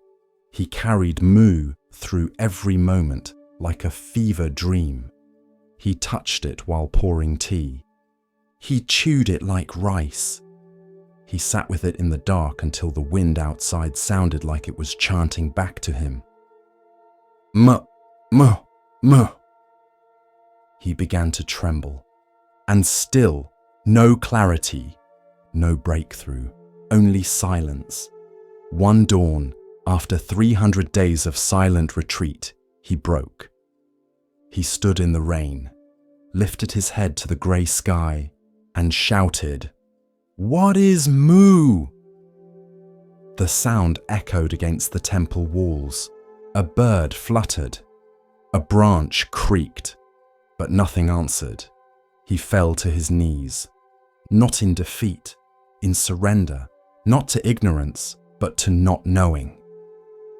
And in that moment, he let go, not just of the question, but of the one who needed the answer. And that's when it happened. Not a flash, not a thunderclap, just a quiet shift, a falling away, and everything returned. The wind, the breath, the feeling of water on his skin, the sound of a dog barking in the distance. Nothing extraordinary, and yet everything was different. He stood, he laughed, he bowed. Later, when the novice returned to Yoshu, the master asked no questions. He looked once in the monk's eyes and simply said, "Good," nothing more, because no explanation was needed. You cannot explain mu, you can only become it. Commentary. In Western terms, we often ask, is it this or that? Zen asks, who is asking? Yoshu's mu is not a negation of the dog's Buddha nature. It is a negation of the very framework of the question. To ask, does a dog have Buddha nature, is to separate Buddha nature from dog, to assume that it's something a being might possess. But Buddha nature is not a possession. It is not a label. It is the breath before thought, the space before division. Mu is the erasure of the chalkboard before the question is even written. Zen does not want you to answer the question. It wants the question to consume you. Until there's nothing left. Until only presence remains. Until even mu is forgotten. And the wind in the pines is enough. The gateless gate is open to all. But to pass through, you must stop trying to pass. You must stop searching for the latch. There is no mu outside yourself. It is not in the words of sutras, not in the mind's debate. It is here, now, when all seeking stops and the moment is allowed to be, just as it is. Even a barking dog, even your own confusion, even the silence after reading this sentence. A house stood at the edge of a quiet village. It wasn't grand. Its roof sagged a little. Its floorboards creaked, but the door was always open, and those who passed by often entered. One day, a traveler knocked. His shoulders were tight with worry, his breath short. He clutched his bag like it held every mistake he'd ever made. The host opened the door and smiled. "Come in," she said gently. "No judgment here, just tea and a place to rest." The next morning the traveller left, but soon another came, this time angry. Fists clenched, jaw locked. The host welcomed him too, showed him to a chair by the fire, listened to him shout, cry, fall silent. Then gave him warm bread without asking why he was so upset. They kept coming. Joy danced through the garden one spring afternoon, barefoot and laughing. Grief followed days later, slow, grey, soaking wet from a sudden storm. Loneliness showed up in the middle of the night, shivering. Hope arrived unexpectedly, glowing faintly. Fear sometimes knocked twice in one day. Still, the host opened the door every time. One evening, a boy from the village asked, "Why'd you let them all in, even the scary ones?" The host looked at the boy and said, "Because this house is a guest house, and all emotions are guests. They arrive, they stay, they leave. None of them are me." This story comes from an old Sufi poem by Rumi, beloved also in Buddhist circles. It teaches what meditation often reveals. You are not your emotions. You are the one who notices them, who makes space, who lets them pass through. Anger is not wrong. It is a guest, sometimes loud, sometimes dangerous. But it comes bearing messages, And if you slam the door in its face, it breaks in through the window. Sadness is not weakness. It is a guest. It may rearrange the furniture for a while. It may lie on the couch for days. But eventually, it moves on, especially if you sit beside it instead of pretending it isn't there. Joy too is a guest. And though it's tempting to cling to joy and beg it to stay, even joy must leave. That's okay. You can welcome it again tomorrow. The problem is not the emotions. The suffering comes when we believe they are permanent, when we build whole identities around them. I am anxious. I am unlovable. I am angry. But you are not those things. You are the house. They are just visitors. There's a story of a monk who struggled with anxiety. He tried to push it away, ignore it, meditate it into silence. Nothing worked. Until one day, his teacher said, "Stop fighting the visitor. Invite it in, serve it tea, ask it why it came." The next time anxiety returned, the monk didn't resist. He noticed his breath tightening, his chest constricting. And he whispered, "Welcome, you're here again." He didn't like it, but he didn't hate it either.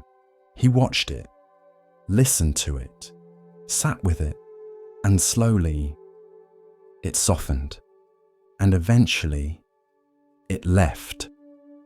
This is what it means to live as a guest house, to offer your presence, your kindness, your non-attachment to whatever arises. It does not mean you let the guests destroy the house. It means you don't mistake them for permanent residents. You set boundaries, but not walls. You show compassion, not control. You practice presence, not possession. Sometimes guests arrive unannounced. Sometimes they slam the door. Sometimes they cry in the middle of the night. That's okay. You breathe. You listen. You stay grounded in the structure of the house. The breath, the body, the awareness that is always home. Commentary. The guest house reminds us of the temporary nature of all emotions. Nothing stays forever, no matter how intense. And by opening the door instead of guarding it with fear or shame, we reclaim something powerful. Agency. Because when you welcome a feeling, you stop being its prisoner. To be the host is not to be passive. It is to be strong, grounded, compassionate enough to say, "This too belongs, but it will not stay forever.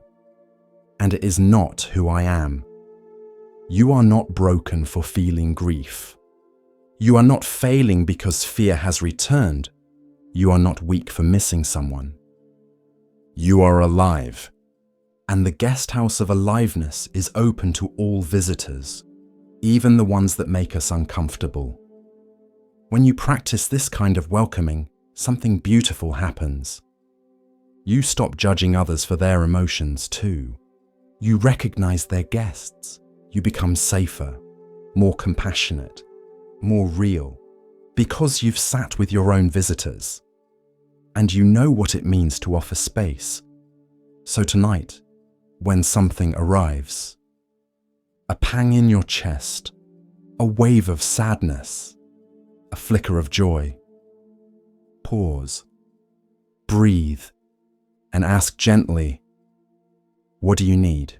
You're welcome here. For now." Then let it pass, let it teach you, let it leave, and return to silence. The leaves whispered of him before his name ever reached a village gate. Parents clutched their children. Merchants rerouted their caravans. Monks bowed their heads, not in reverence, but in caution. For the man they called Angulimala roamed the forests like a curse in flesh. They said he wore a garland of severed fingers. They said he moved like wind through tall grass, too fast, too silent, too deadly. They said he had no soul, but the truth was more complicated. He had once been ahimsaka, a child born to a noble Brahmin family, gentle, studious, with a heart like spring water, clear, eager, pure. His name meant harmless, and for a time it fit. His parents glowed with pride. His teachers praised his mind. He recited texts with ease and never raised his voice. He walked the sacred path with reverence. But even gardens grow shadows, and in the heart of his teacher, a master once kind, jealousy stirred like embers beneath calm. What if this boy outshines me? What if he is remembered while I am forgotten? And so, the poison was planted. Whispers behind closed doors. Lies dropped like oil into water. The teacher turned the other students against ahimsaka. Then, turning to the boy himself, he spoke. If you truly wish to complete your training, bring me a gift. 1,000 lives, 1,000 fingers. Ahimsaka was horrified, but loyalty ran deep, and confusion deeper still. His world, once steady, spun sideways. The teachings twisted, the compass lost. And so he walked into the forest, heart trembling, mind clouded. At first, he resisted. Then, he rationalized. Then, he obeyed. One by one, lives fell. One by one, fingers were taken. He strung them on a garland around his neck, not out of pride, but as proof. A grotesque tally, a vow he could not break. Ahimsaka was gone. Only Angulimala remained. Years passed. Villages emptied at the sound of his approach. No warrior could stop him. No plea could reach him. He lived in the trees like a demon, fed by fear, haunted by silence. But sometimes, late at night, he would sit by the river and weep, not loudly, not dramatically, just a single, soundless shudder, as if his soul still remembered what it used to be. Then came the day everything changed. A new rumor reached the region. A monk in saffron robes was walking the land, barefoot and alone, unarmed, unafraid. His presence turned swords to dust. His gaze stilled storms. The Buddha. Angulimala laughed when he heard it. Let him come, he said. Let me take his finger too. And so he waited. It was mid-morning when the figure appeared, walking slowly along the forest path, robe brushing the grass, eyes lowered, bowl in hand. No fear, no hesitation. Angulimala stepped out from the trees, blade drawn. But the monk did not stop, nor did he hurry, just walked. Calm, present, silent. Something in Angulimala snapped. With a roar he charged. The earth pounded beneath him. His breath came wild. His blade glinted in the sun. But no matter how fast he ran, the monk remained just ahead, neither speeding up nor slowing down, until suddenly he stopped and turned. Their eyes met. The forest held its breath. Angulimala's chest heaved. "Stop!" he shouted. "Stop walking!" And the Buddha spoke, calm, clear, eternal. "I have already stopped, Angulimala. It is you who has not." The words hit harder than any weapon. Stopped? The monk had stopped? Angulimala blinked. What do you mean? I have stopped chasing harm, stopped feeding the fires of anger, greed, and ignorance. But you still run. Angulimala lowered his sword. Not all the way, just a little, but enough. What should I do? And the Buddha stepped closer, unshaken, unarmed, unafraid. Drop the weapon, he said, and follow. For a long moment, Angulimala stood frozen. The forest was silent. Even the wind waited. Then, with trembling hands, the man removed the garland from his neck. Each finger clattered to the ground, like a lifetime falling apart. He dropped the sword and fell to his knees. I don't know how to walk your path, he whispered. The Buddha extended a hand, not to lift, but to witness. You already have, he said. The townspeople were outraged. When word spread that Angulimala, the killer, the terror, the demon of the forest, had become a monk, they rioted. They threw stones at him as he walked. They spat at his feet. They demanded his blood. But he did not strike back. He carried his bowl. He bowed when struck. He sat in silence and wept again, but not for himself. For them, one day after a particularly violent outburst from the crowd, he returned to the monastery bruised and bleeding. The Buddha looked at him, eyes deep as sky. You endure much, Angulimala. Angulimala bowed his head. I deserve it. The past is a shadow, the Buddha said. It follows you until you stop turning to chase it. One morning, he heard a woman crying in labor outside the village. The pain was great, the danger greater, but the people refused to help. She's cursed, they whispered. Her child will be born into blood. Angulimala stepped forward. I will go. The villagers gasped. You, the murderer, you'll curse her. But he walked past their fear and knelt beside the woman. His voice was soft. By the truth I now live, by the harm I have abandoned. May you and your child be safe. And she was. The birth was clean, the child strong. From that day, the whispers began to change. Years later, the man once known as Angulimala became a teacher of peace. He lived quietly, he sat often, he spoke gently. Children no longer feared him. Old men bowed to him, mothers called upon him for blessings. But he never forgot the garland, never forgot the sword. They were not trophies. They were reminders of how far a man can fall and how far a soul can rise.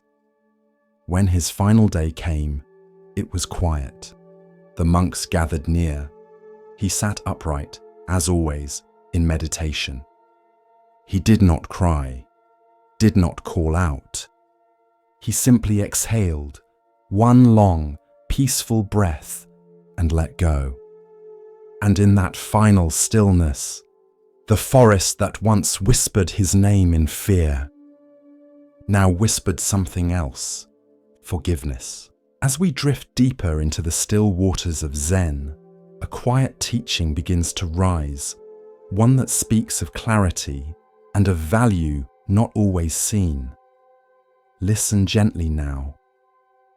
The next story begins. In a cafe by the park, a young boy sat across from his mother. The table was small, just enough for 2 mugs, 1 half-drunk hot chocolate, and a croissant with a single bite missing. The boy had soft curls, curious eyes, shoes that lit up when he kicked his feet beneath the table. He watched his mother, hoping for her eyes. But she was scrolling, thumb steady, neck bent, face bathed in blue light. She nodded every now and then, murmured a but her gaze stayed tethered to the glowing screen. This is not a story about blame. It's a story about forgetting, about the quiet erosion of presence, and the way a moment, once missed, does not return. The boy reached into his pocket and pulled out a rock. Not a fancy one, just smooth, grey, shaped like a teardrop. He set it gently on the table, waited. She scrolled. He tapped it with a finger, rolled it in a little circle, whispered something to it. She didn't look up. The server passed by and smiled at the boy. "Is that your treasure?" The boy nodded. The mother didn't hear. Presence isn't always taken. Sometimes it is quietly surrendered. We trade it for urgency, for likes, for news we cannot change. And meanwhile, a child sits across from us, glowing not with pixels, but with life. The Buddha once said, "Do not dwell in the past, do not dream of the future. Concentrate the mind on the present moment." But the present must be chosen. It cannot shout louder than a screen. Later that day, the mother posted a photo. "Hot chocolate with my little one, coffee heart grateful." The boy was blurry in the background, looking at her. She never noticed. One day, the rock was gone, replaced by a drawing. 2 stick figures, one big, one small, holding hands. The sky above them filled with birds that looked like wide letter V's. He slid it across the table.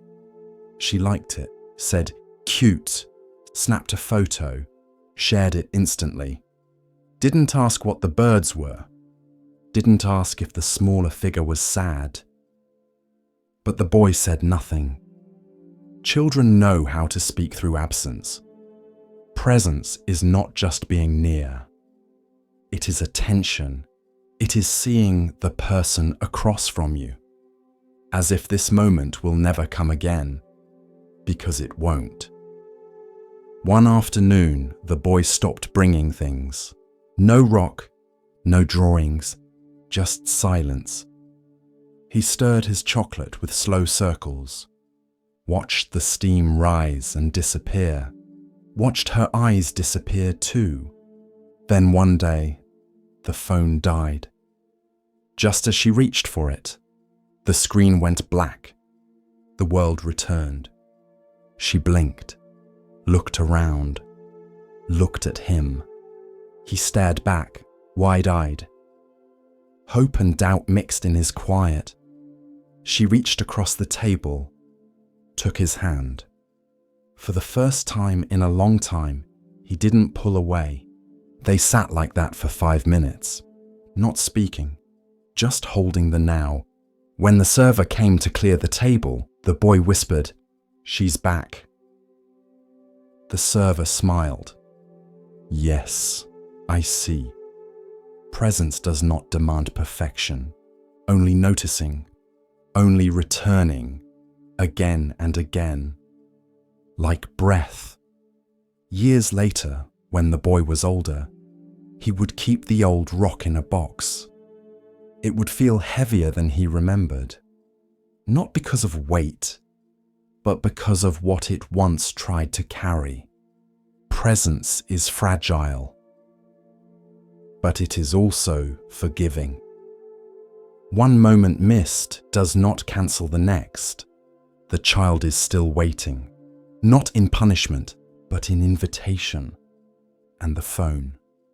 It remained in her bag the next time they came, not because she hated it, but because she finally saw the better screen, the one with his eyes. The sun rose slowly over the wide green fields, brushing the tops of the grass with gold. Mist drifted over the earth like breath from a dreaming world. And in a quiet corner of the meadow, where the stalks grew thick and the wind passed gently, lived a flock of quail. They were small birds, light-boned and quick, their feathers dappled like earth and sunlight. They lived simply, eating seeds, singing softly, and moving together like a single thought. And among them was one who saw more than the others, who watched not only the sky and the grass, but the patterns within them. He was the Buddha in a past life, and though he had no title or special perch, the others came to trust him, because he noticed what they missed, and he saw what was coming. Each day, the flock flew out into the fields to feed. Each day they returned, wings beating as one, hearts light. But one morning, as the sun rose pale behind thin clouds, the wise quail called the others close. "There is danger coming," he said. The flock stilled. "A fowler is near. He lays traps in the tall grass. If we are not careful, we will be taken." Some of the younger birds flapped their wings in alarm. "Should we stop flying?" asked one. "No," said the wise quail, "but we must act together." He showed them a plan. "If one is caught in the net," he said, "do not panic. Each of us must place our beaks beneath the net. At the same moment, we will lift and fly." "To freedom?" a small chick asked. He nodded. "Yes, together." The flock agreed, and the very next day, the net came. It was hidden beneath the dew-wet grass. A few birds landed without seeing it. With a sudden pull, the fowler sprang the trap. Wings fluttered, cries rang out, but the wise quail shouted, "Now!" as we practiced.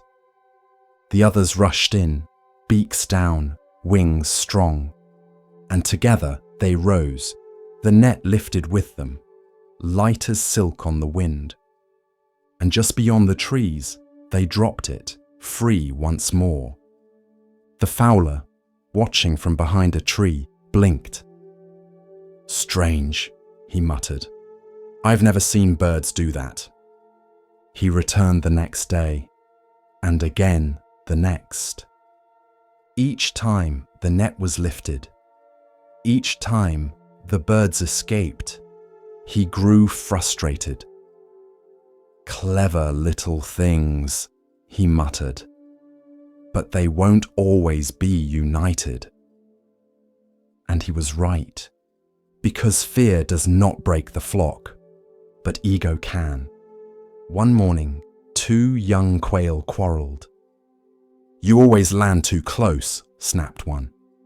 "You always peck too fast," the other retorted. Their voices rose. The others turned away, uncomfortable. The wise quail approached them gently. "Remember," he said, "the net does not care who is right, only who is divided." But pride had taken root. The quarrel continued. And the next day, when the net fell again, something changed. The two angry quail were caught. The others flew in, ready to help. "Lift with us," they called. But the two snapped at each other. "You grab that side!" "No, you're too slow." Their beaks tangled, their wings struck each other, and in the confusion, the net stayed down. The fowler emerged from the trees, and that day, not all escaped. The survivors gathered in silence beneath a low fig tree. Even the wind was still. The wise quail spoke, not in anger, but with sorrow. "Together we can lift what traps us, but alone, even a feather becomes too heavy." In time, the flock mended. The young quail apologized, and the net, though dangerous, was never as strong as their unity. The fowler eventually gave up and moved on, and the wise quail remained, never seeking attention, never blaming, but always watching, always reminding them it is not the trap that captures us. It is forgetting that we are stronger together. In quiet monasteries, monks would later chant this story beneath swaying trees. They would bow not to the birds, but to the truth they carried. That unity is not just comfort, it is survival. Because in this world, nets will fall. But if we move with one breath, with one purpose, with one heart, even the strongest snare cannot hold us. He was the oldest monk in the monastery. No one quite remembered when he had arrived. He had been there before the abbot, before the bell tower was built, before the bamboo grove behind the kitchen had taken root. They called him Elder Wen. His robe was patched at the sleeves, his back curved like a bowed reed, and his eyes were always smiling, like he had seen something long ago and never forgotten it. He didn't teach, not formally, but every morning he lit the incense before dawn. Every afternoon he watered the moss around the garden stones, and in the evening he swept the meditation hall in silence, the broom moving in time with his breath. You could walk past him and miss him entirely, unless you were paying attention. Then you would feel it, that quiet radiance, like sitting near a warm lamp on a winter night. One spring, Elder Wen stopped coming to morning service. He didn't light the incense, didn't sweep, didn't bow. He stayed in his small corner room beside the main hall, lying on his straw mat with hands folded gently over his chest. He was dying. The news spread quickly. Monks whispered in the corridors. Some feared, some mourned. Some tried to distract themselves with chores. But one by one, they made their way to his room. To say goodbye, to ask for wisdom, to seek some final teaching. But Elder Wen said almost nothing. He just smiled. That same soft smile, unmoved by sorrow, unafraid of what came next. One young monk sat at his side and finally asked, "Master, are you not afraid?" Elder Wen opened his eyes. "Afraid of what?" he whispered. "Of leaving." The old monk chuckled softly, a sound like wind through dry leaves. "Leave where?" He looked around his humble room. "There is nowhere to go." Another monk asked, "What is your final instruction?" Elder Wen blinked slowly, then raised one trembling hand and pointed to the teacup beside his bed. It was half full. The tea had long gone cold. But the sunlight touched it just so, glinting off the rim. He smiled again, then closed his eyes, and that evening, he passed. As gently as a flame curling into smoke. No struggle, no fanfare, just a long exhale. And stillness. The monks held a memorial. They chanted sutras. They carried his body wrapped in white cloth to the forest. But what they remembered most was not the ceremony. It was the smile. This is the story of death without fear. The final bow of a life lived in awareness. Commentary. In the West, we prepare for death with wills, hospitals, and quiet dread. We pretend it is far away, or we avoid it entirely. But in Zen, death is not the enemy, It is the mirror that shows you whether you were truly alive. Elder Wen was not afraid because he had already practiced dying. Every time he let go of a grudge, every time he stepped aside for someone younger, every time he bowed in silence, releasing his self-importance. The teacup was his final teaching, so ordinary, so overlooked. But it held the whole Dharma. A cup is useful because it is empty. It can hold, receive, release. But if you cling to the cup itself, you miss the tea. If you fear the cup breaking, you never enjoy what it holds. Elder Wen was ready to leave because he had drunk deeply of life. He had tasted the tea, and he didn't cling to the cup. There's a Zen saying, "Let death come like a welcome guest." That doesn't mean we rush toward it. It means we don't turn our back on it. We live with it, like a quiet friend who reminds us not to waste time. Elder Wen's room is empty now, but the moss he watered still thrives. The broom still leans against the wall. The teacup still rests on the low table, cleaned and dry. And his smile lives in the memory of every monk who sat beside him and realized, stillness is not defeat. Stillness is trust.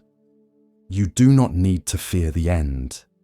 You only need to live in such a way that when it comes, you can greet it with a breath and a smile. With each breath, we continue our journey through the wisdom of Zen, where the smallest stone may hold the greatest truth. Here starts the next story. It moved like time dash dash, patient, steady, clear. She had come to the water for answers, not about rituals, not about chanting, but about something deeper. Who am I? She had read sutras, memorized verses, and bowed each morning, but still, a knot remained in her chest. The old teacher, sensing her restlessness, came to sit beside her. They watched the water in silence for a while.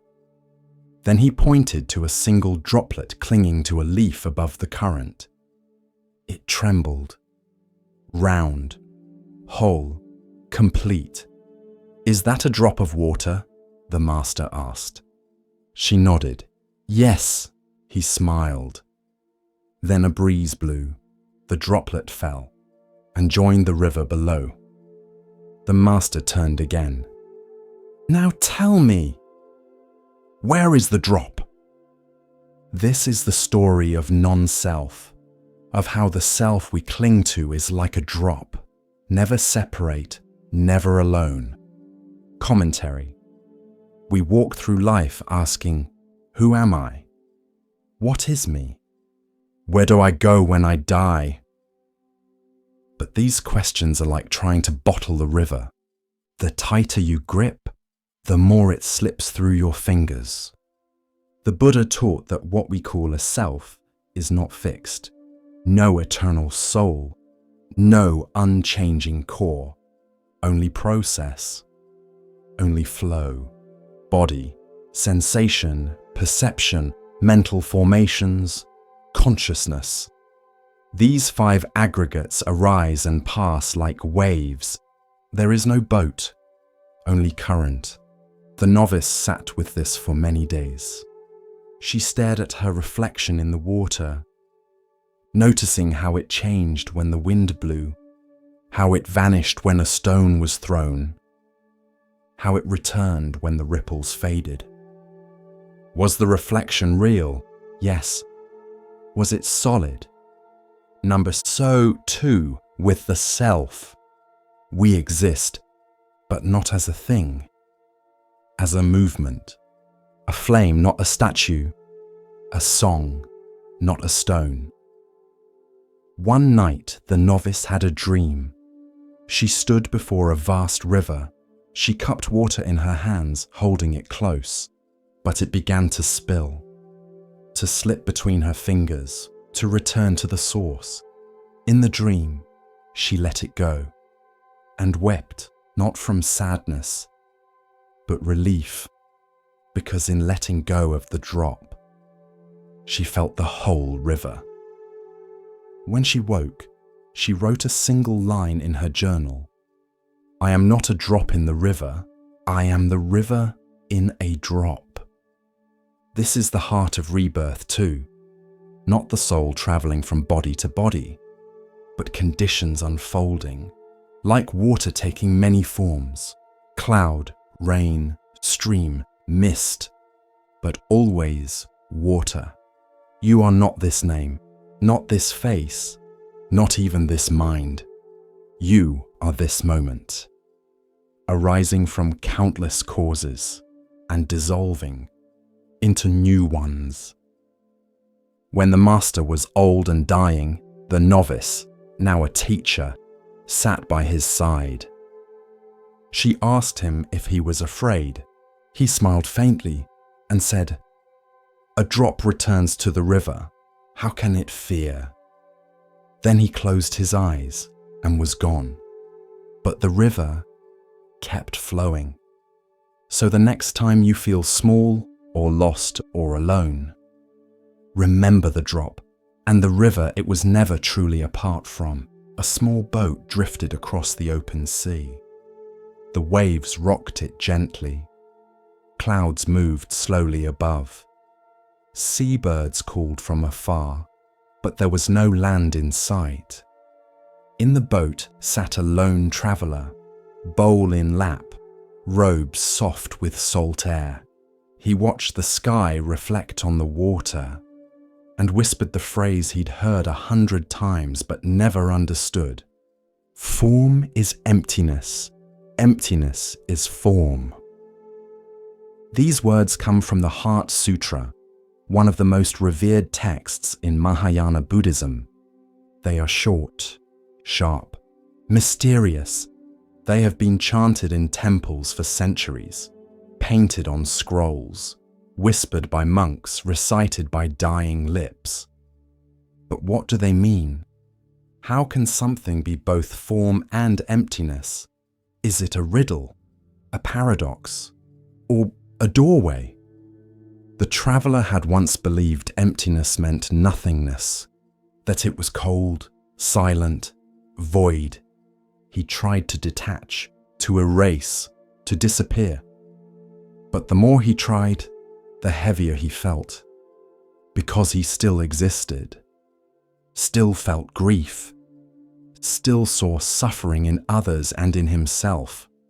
So he came to the ocean, not to escape, but to sit inside the question.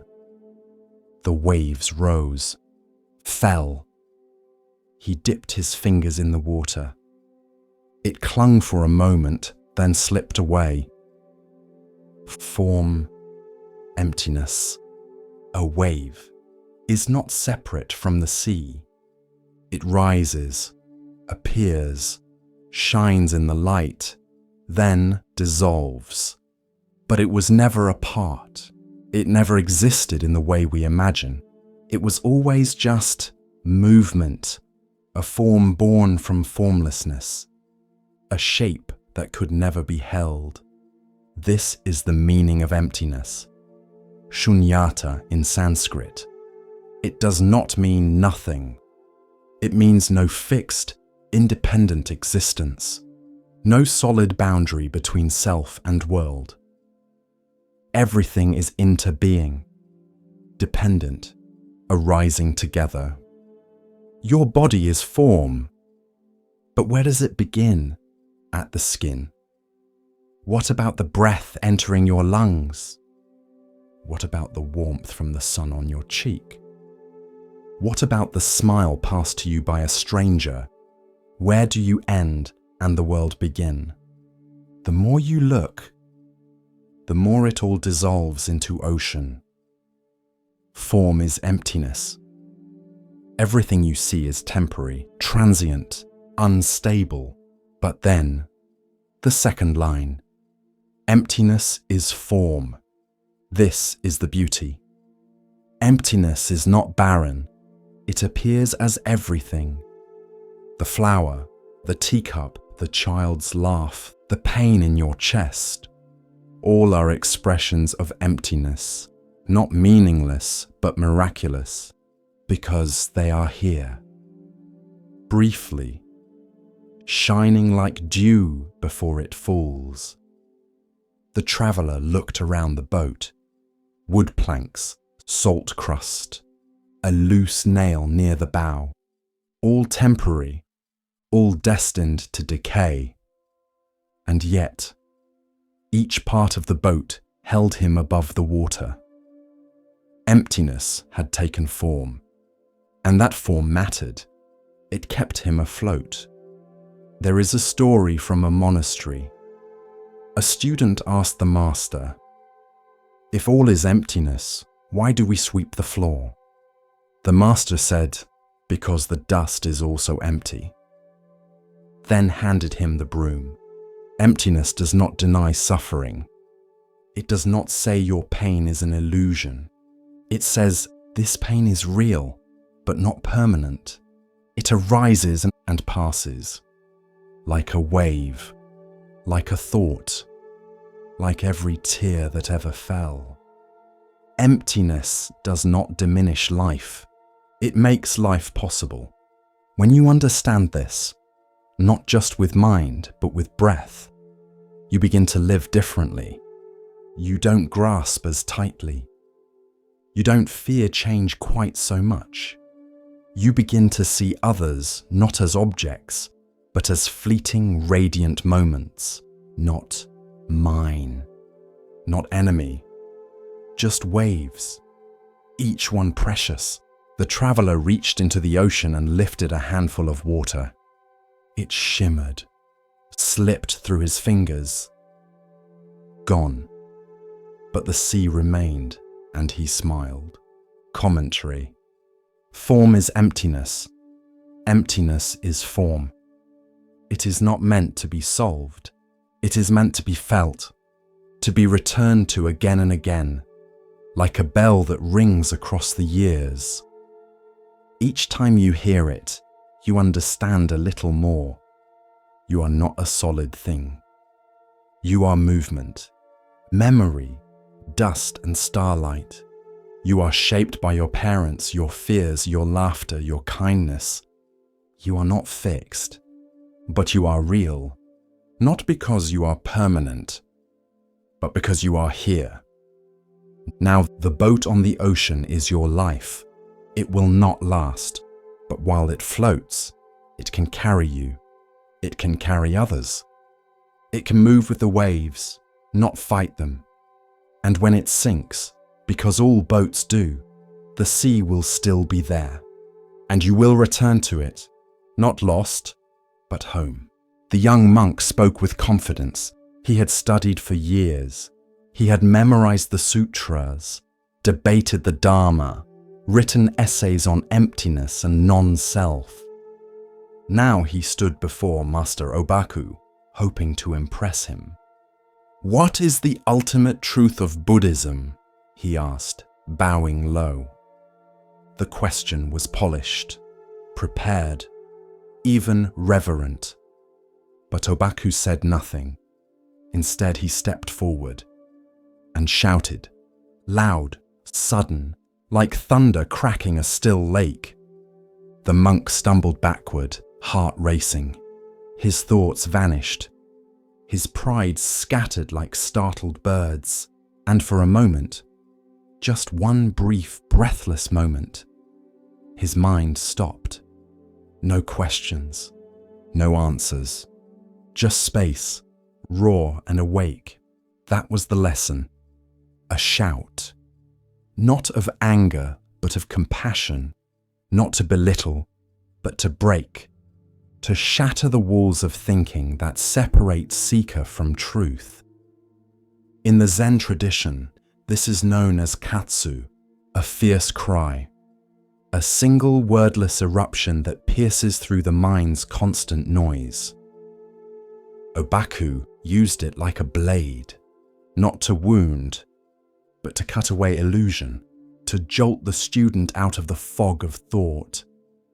Because sometimes you don't need more understanding, you need a wake-up call. Think of a dream. You're walking through it, believing it, responding to it. Then someone shouts your name. You jolt awake and realize none of it was real. Obaku's shout was like that, not a teaching, a waking. Years later, the monk returned. He bowed before Obaku and said, "I finally understand why you shouted." Obaku smiled and said, "Then forget that I ever did." Because even the memory of awakening can become another concept, another prison. Zen cuts not just through delusion, but through the attachment to insight itself. Obaku was a teacher of few words, but when he spoke or shouted, he struck deep.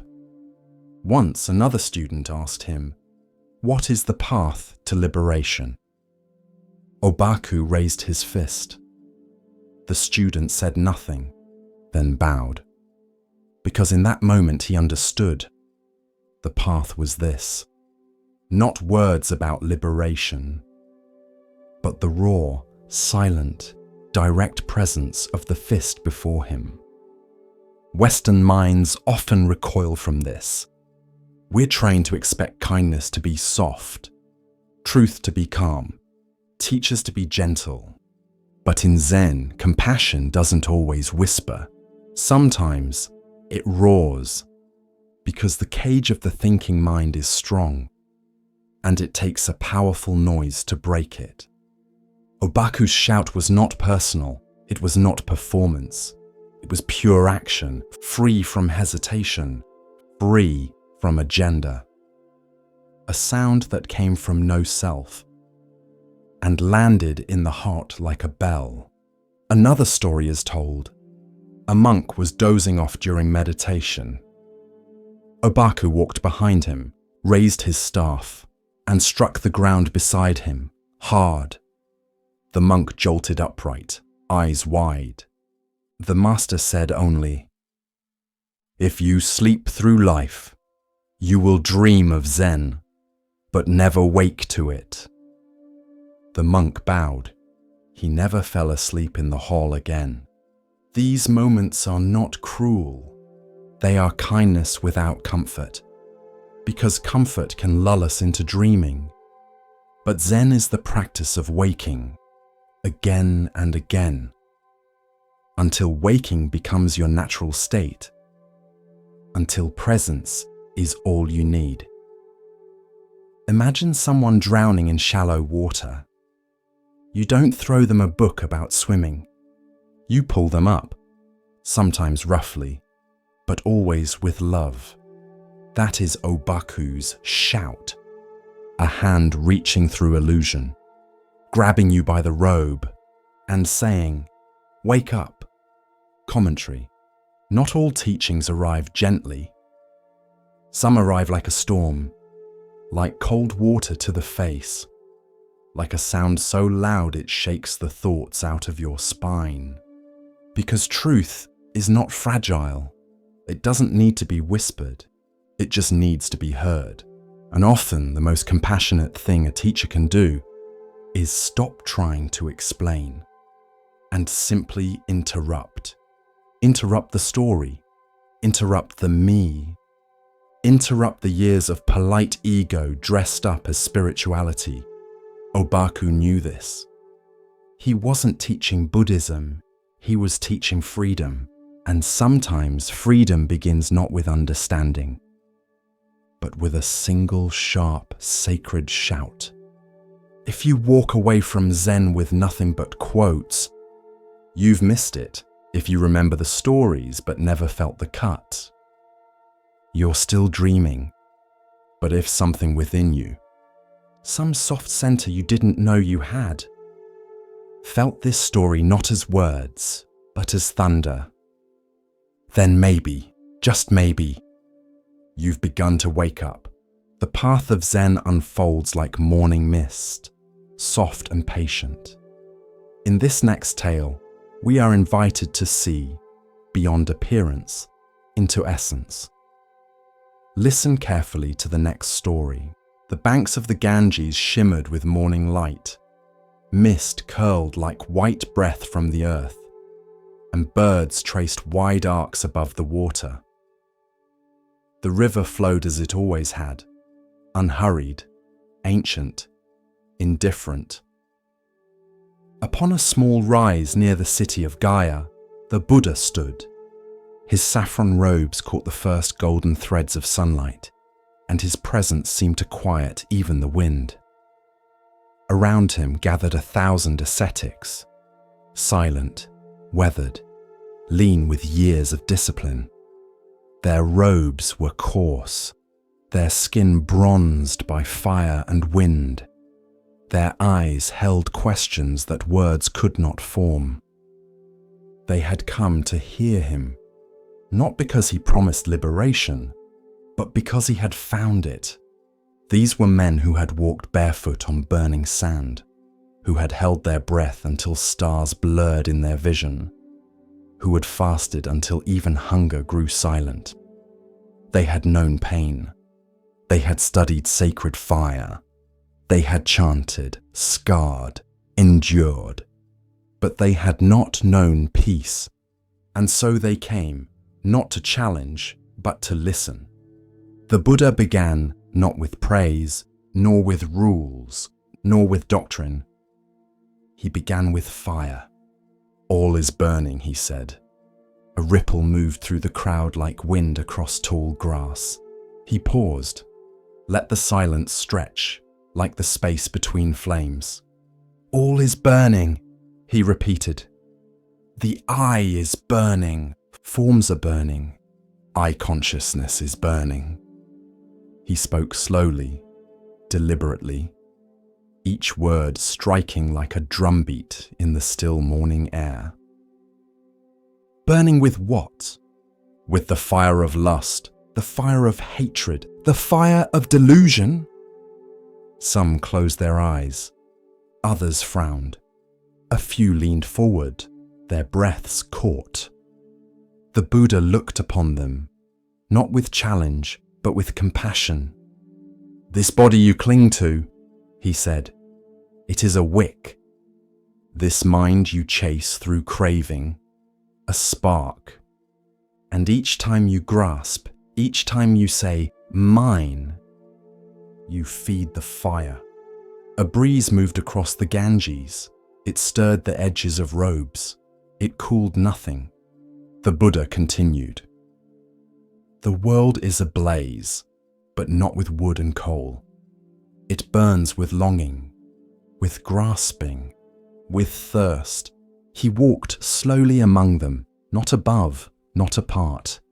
His steps made no sound. Eyes that chase beauty, ears that crave praise, tongues that seek sweetness, minds that hunger for permanence. He turned and lifted his simple alms bowl. This too is not mine. It holds food today. Tomorrow, it may be empty. I thank it either way. From the back, an old ascetic raised his hand. Are we to abandon joy? He asked. Is not joy the goal? The Buddha smiled faintly. No, he said. Not joy. Only the craving for joy. Let joy arise. Let it come like wind through trees. But do not chase it. Do not bind to it. Do not say, this is mine. For the flame you grasp will burn your hand. Another monk asked quietly, how do we live in a burning world? The Buddha looked at him with eyes deep as a still lake. Like a man who sees the blaze, he said. Who walks with care, breathes with wisdom, and holds no illusion that the fire is shelter. A hush fell over the gathering. not from fear, but from recognition. The fire was not only in the cities, or in war, or in anger. It was inside them, inside each grasping thought, each clenched desire. The Buddha sat upon the earth. He drew a circle in the dust with his finger. Inside this circle, he said, are your perceptions, your feelings, your ideas. They rise like smoke. They change like flame. They disappear like ash. Do not build your home in a fire. A younger monk, no more than 20 summers old, whispered, "Then where do we dwell, Master?" The Buddha looked up. "In awareness," he said. "In equanimity. In the space between sparks. Be the witness, not the fuel." The monks bowed their heads. Some wept, not from sorrow, but from something else. From release, from clarity, from the sudden lightness of realizing they could put something down. That night, they built no fires. There were no chants, no ceremonies. They ate simply, drank river water, and sat in silence. But the silence was not empty. It was watchful. Each monk sat with his own flickering flame. Some remembered the pain of hunger they had forced upon themselves. Others remembered the pride they had felt when praised for discipline. Some saw anger they had not named, others grief, and they did not suppress these fires. They simply watched. And in the watching, something shifted. Not extinguished, but no longer fed. In the days that followed, the change was quiet but real. Monks who had once worshipped sacred flame, who had walked barefoot on coals, branded their skin, sat in the sun for days, now turned to a gentler discipline. They practiced release. They rose with the sun. They swept the courtyard slowly. They bowed not to fire, but to understanding. When visitors asked them what the Buddha had taught that morning, they did not recite scriptures. They did not speak of rebirth or karma or cosmology. They said only, "He showed us the fire and told us we did not have to live in it."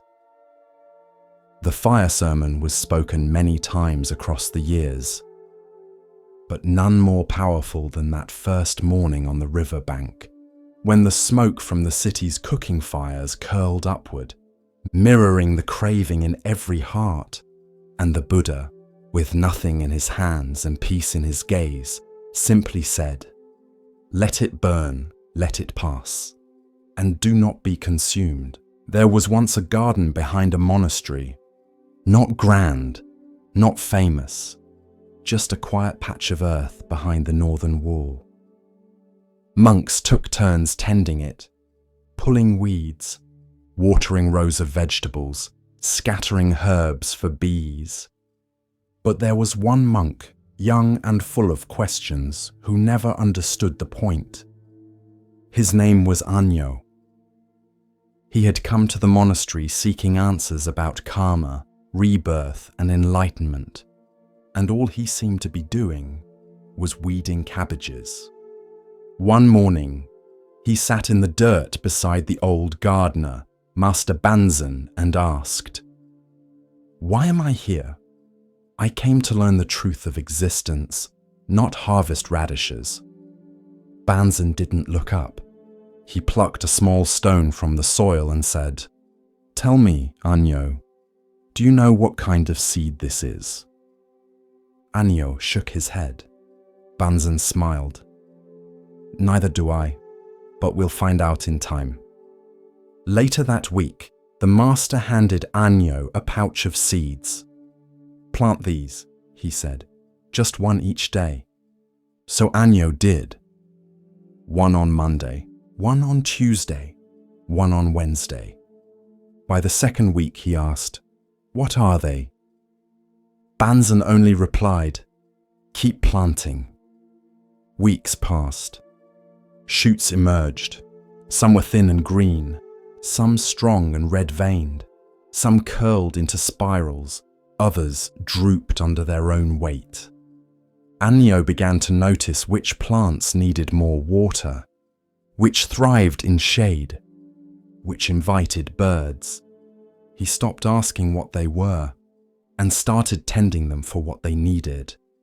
By midsummer, the garden had transformed, not because of what Anyo had planted, but because of how he had planted. This is the story of karma as intention, how what we plant becomes our world. Commentary. We often think of karma as a great book in the sky, that someone somewhere is keeping score. But karma is not accounting, it's gardening. Every thought, word, and action is a seed. Some bloom quickly, some take years, some seem to disappear, only to sprout when the rains return. Anyo wanted to learn about karma, but he expected a scroll, a sermon, or a secret. Instead, he got a pouch of seeds. Because karma isn't something you learn, it's something you live. You discover it with every gesture, every tone in your voice, every time you choose to act with care, or without it. Some people say, "But I didn't mean to hurt anyone." But even unintentional seeds grow. A sharp word, a careless gesture, a forgotten promise.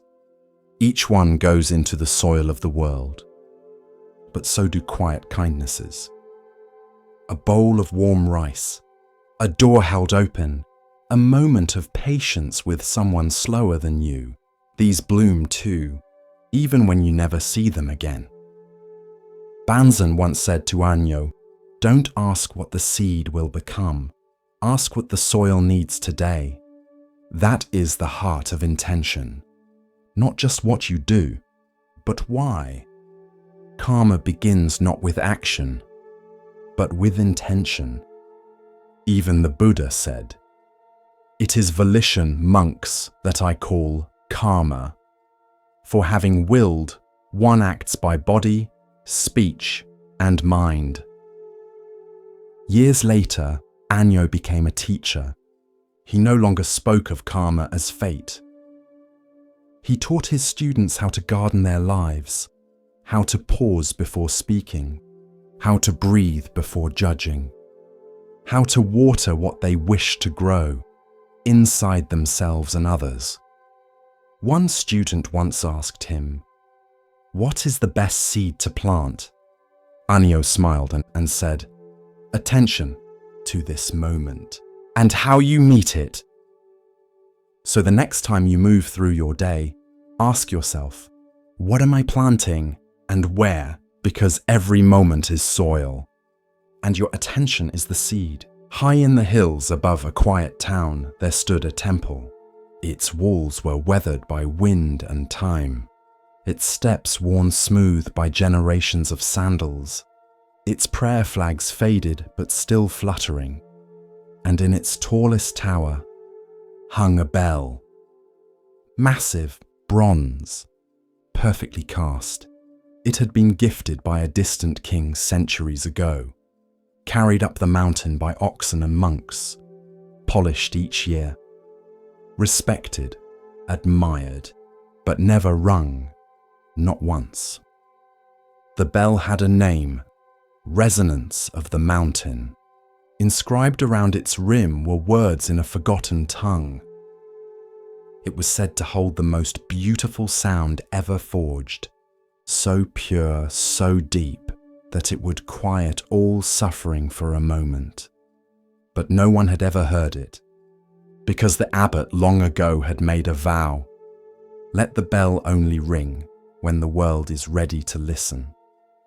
And so it waited and waited. Pilgrims climbed the hill just to see it. Children dared each other to touch the rope, but none pulled. It became a symbol of restraint, of mystery, of potential, and eventually, of silence too deep to question. One day, a novice asked the elder monk, "Why don't we ring it?" The monk shrugged, "Because it was meant to be rung, but never was." The novice frowned. "Then what's the point of its sound?" The monk looked out at the horizon and replied, "You tell me." The story of the bell spread like smoke, and in time, people began to wonder, how many other bells go unrung? Not made of bronze, but of possibility.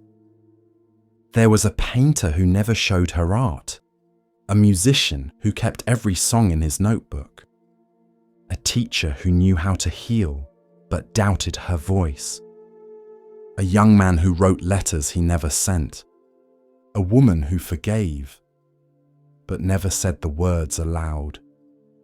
Each of them had a bell hanging in the tower of their own life, polished, admired, imagined, but never heard.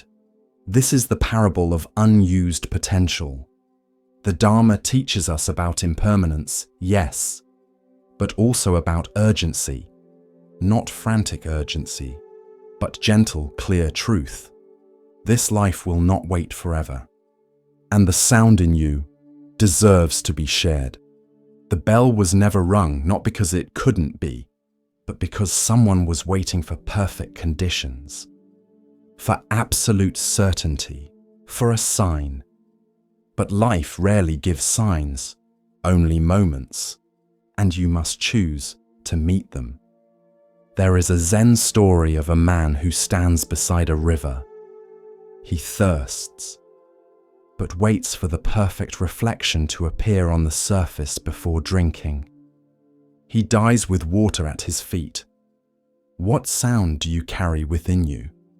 What truth, what offering, what kindness left unsaid, what creation unwritten, what forgiveness unopened? Letting your bell ring does not require a crowd. It doesn't need approval. It doesn't need to be perfect. It just needs to be true and shared. One evening, a new abbot arrived at the temple. She had studied the bell's history, had bowed to it many times. And then, one spring morning, as the valley bloomed, she climbed the tower and pulled the rope. The sound that followed was not loud, not shocking, but profound. It rolled through the mountains like a low tide, clear, mournful, joyful, full. Birds rose into the air. Monks paused mid-step. Villagers lifted their heads from bowls and windows. And in that moment, everything was still. Not because they heard something new, but because they heard something they had always carried inside. Then the bell was silent again. But something had changed. The abbot later said, "A bell is not meant to be perfect. It is meant to be heard. And so are we." Commentary. This parable asks a quiet but urgent question. What are you holding back? Not out of wisdom, but out of fear. The sound in you may not end suffering. It may not change the world, but it may change a moment. It may reach one person. It may free your own breath, and that is enough. We often wait for permission, for clarity, for mastery, for the right time. But the bell does not ask, "Will I be understood?" It asks, "Will I be true?" The world is filled with unwritten books, unsung songs, unspoken love, unrung bells, and it is not failure to stay silent, but it is loss of what could have been shared, loss of what someone else needed to hear, even if only once. You don't have to shout. You don't have to perform. You just have to let your voice exist, to let the truth you carry move from silence into air. So ring your bell, tell your story, share your art, speak your heart, forgive, laugh, cry, begin again, even if your voice shakes, even if your hands tremble, even if no one claps. Let the sound live outside of you. Let it ripple. Let it go. Because a silent bell may be beautiful, but only a ringing bell is alive. In the hush of understanding, Zen offers us another glimpse of what it means to recognize worth not by weight or shine, but by presence. Here starts the next story. They worked for 7 days without rest. 4 monks, bent over low tables, hands steady, breath slow. Grain by grain, they placed colored sand onto a wide wooden platform, creating a mandala of breathtaking beauty. Circles inside circles, lotus petals, Buddhas seated in calm symmetry, tiny bridges crossing into sacred realms. It was more than art, it was a world. And they built it, knowing it would not last. Villagers came to watch, children gasped, old men wept. Even travelers paused on their way to market, drawn in by the silence, the precision, the colors blooming under careful fingers. Each night, the monks covered the mandala with a cloth. Each morning, they returned to their posture, like time itself had been paused.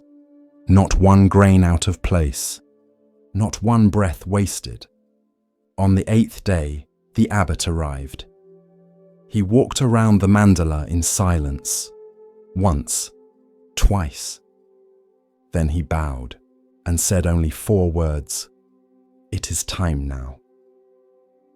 One of the monks picked up a long white feather. He reached toward the center of the mandala and drew a single line through it. The design fractured instantly. A second stroke, then a third. The patterns dissolved. The colors blurred. What had taken a week to build unraveled in minutes, like a dream returning to mist. Some gasped, others cried, but the monks only bowed, then gathered the sand in a simple clay bowl. They walked together to the river. With a small prayer, they tipped the bowl, and the sand returned to water, color to flow, form to formlessness. Gone. This is the story of letting go, of beauty not owned, of effort not clung to, of creation not possessed. Commentary. The sand mandala is one of the clearest teachings in Mahayana Buddhism, not because of how it looks, but because of what happens after. In the West, we celebrate permanence. We build to last. We frame art. We publish books. We try to leave a legacy. But in Buddhism, there is no permanence, only appearance, only change, only flow. The monks poured their hearts into the mandala, their care, their breath, their presence. They built it not despite its impermanence, but because of it. They knew it would vanish, and they still gave everything. That is love without grasping, effort without ego, joy without needing to possess. The act of destroying the mandala is not cruelty, it is compassion, a reminder. Everything we cling to will one day dissolve. Beauty, youth, achievement, even memory. We can either mourn this endlessly or bow to it. There is a phrase in the Diamond Sutra. All conditioned things are like a dream, a phantom, a bubble, a shadow, like dew or a flash of lightning. Thus we shall view them. It doesn't mean nothing matters. It means everything matters more deeply when you know it's passing. You love your child's laughter more when you know they won't be 5 forever. You savor tea more when it's the last cup from the pot. You forgive faster when you realize tomorrow isn't promised. One woman who watched the mandala's destruction approached the abbot in tears. "All that work," she said, "and now it's gone." The abbot bowed. "That is why it was precious," he replied. "When we cling, we suffer. When we release, we flow." This doesn't mean becoming detached or cold. It means seeing clearly and trusting what passes. Trusting that even after the mandala is gone, the hands that built it are still steady. The breath that guided it is still with you. The river still carries the colors. Life is not meant to be grasped. It is meant to be given. Again and again. Like sand to a current. So build your mandalas. Love your people. Paint your days with color. But don't try to trap the moment. Let it come. Let it shine. And when it's time, let it go. And perhaps, like the monks at the river, smile while you do. There was once a wealthy man who lived in a great house. The house was vast, with many rooms, winding corridors, tall beams and ancient wood. But it was old and dry, and one day it caught fire. Smoke slipped beneath the doors, flames curled along the rafters, the walls creaked with heat, and the embers began to rise. Inside the house were his children, dozens of them, laughing, playing, unaware. He called out to them from the courtyard, "Come out, the house is burning." But the children only blinked. The house was all they had known. It was familiar, full of games and colors and corners to hide.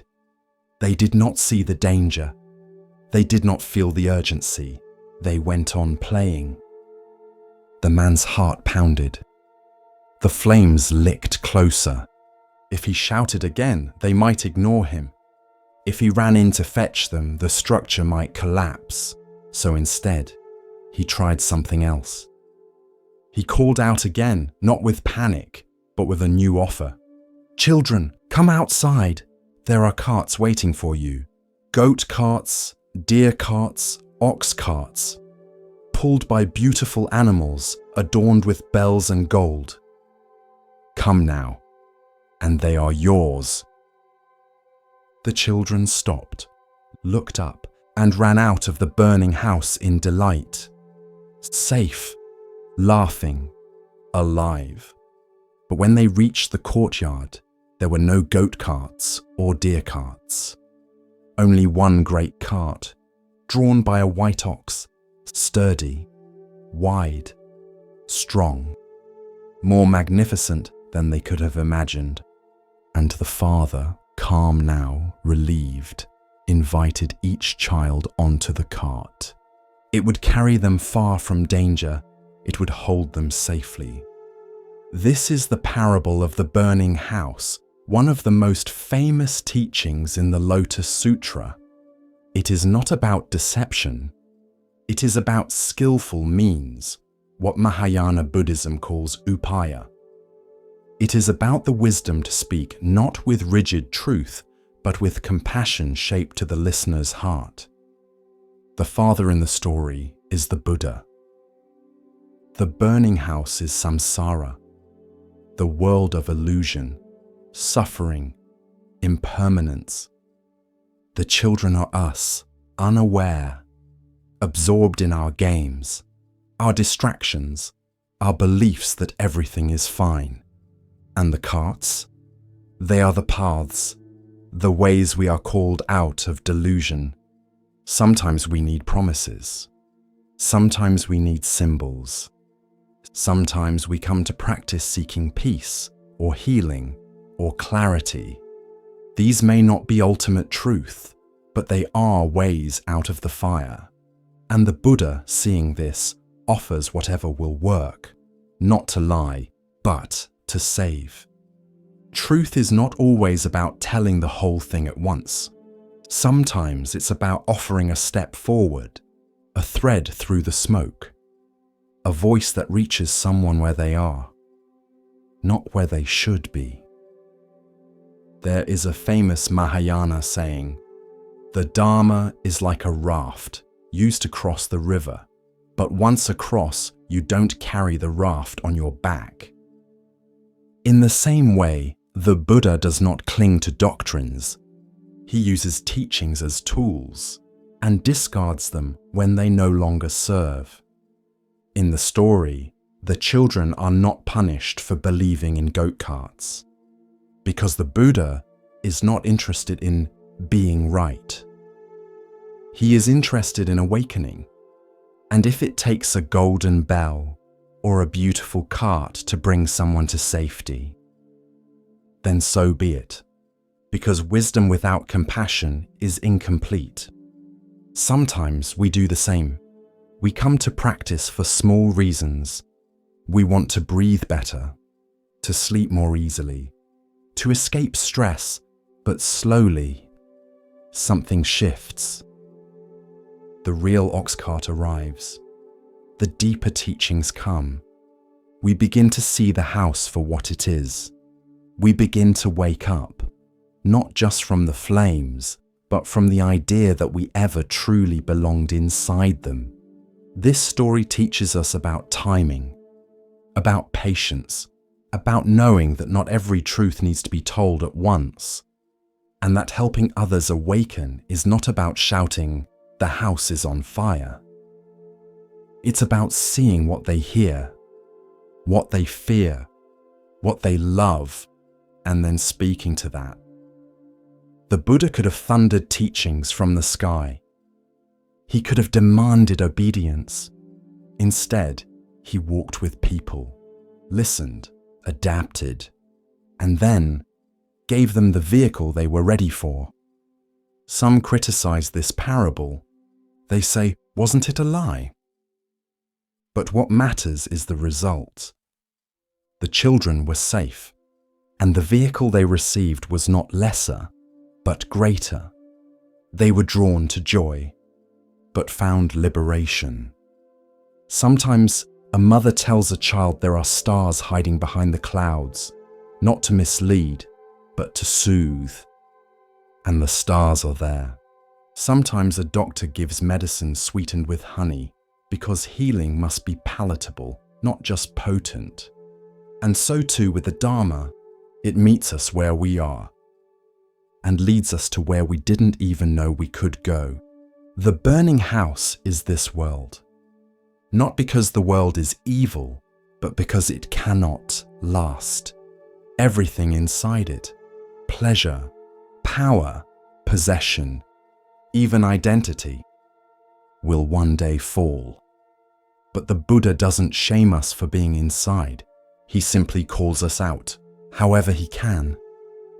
You may be on a goat cart path now, or waiting by the door, or still deep inside the house, holding on to something you love.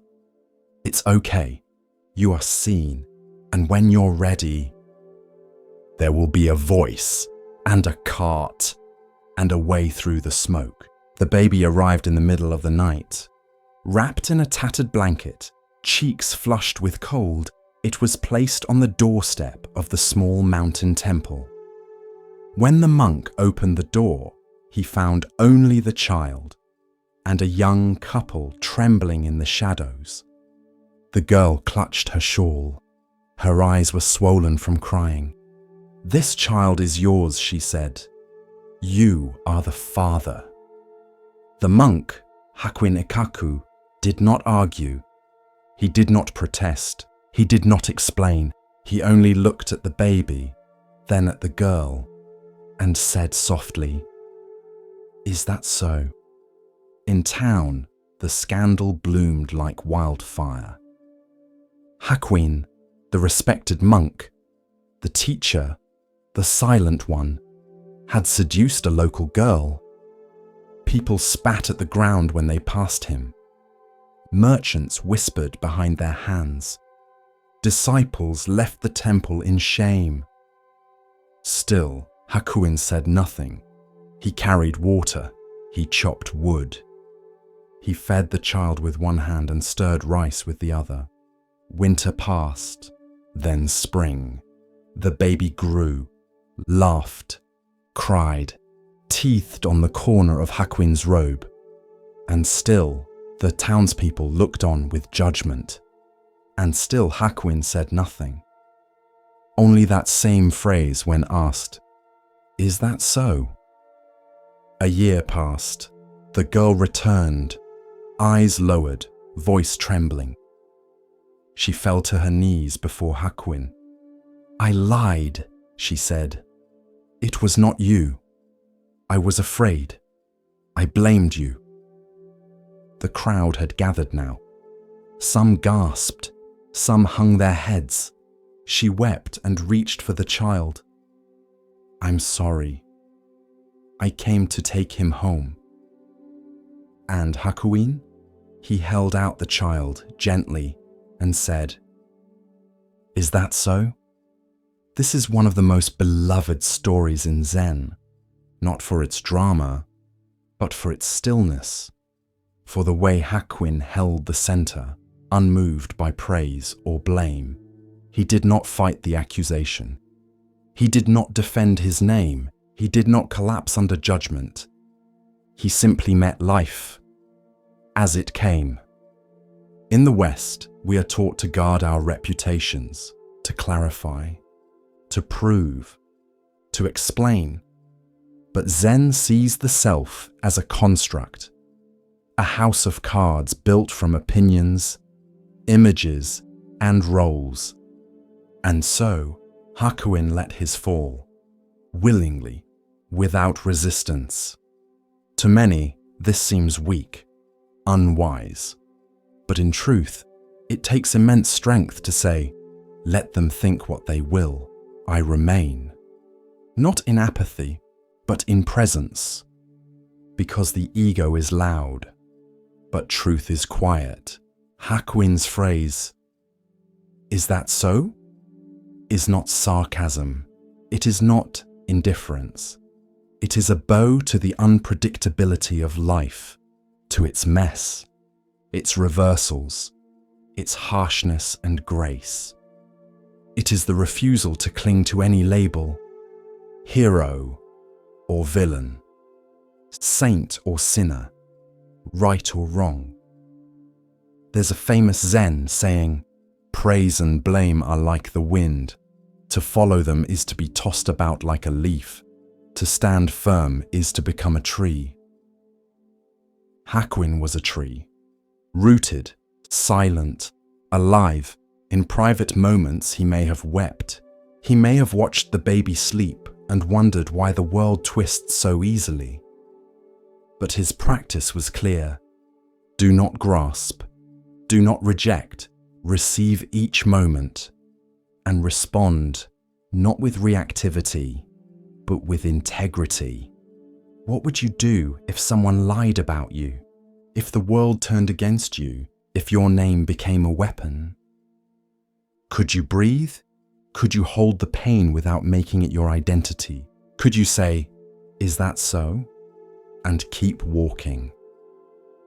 There's another layer to this story. By taking the child in, Hakuin protected the girl. He absorbed her shame, held her fear, became her shield. Not out of guilt, but out of compassion. And when the truth came, he did not demand apology. He did not say, "I told you so." He returned the child like a leaf to the wind. Because Zen asks nothing of others, only this: be fully present and let go. Commentary. In the modern world, everyone is watching, commenting, interpreting, and we're trained to manage perception, to curate our story. But Hakuin reminds us, your life is not what others say.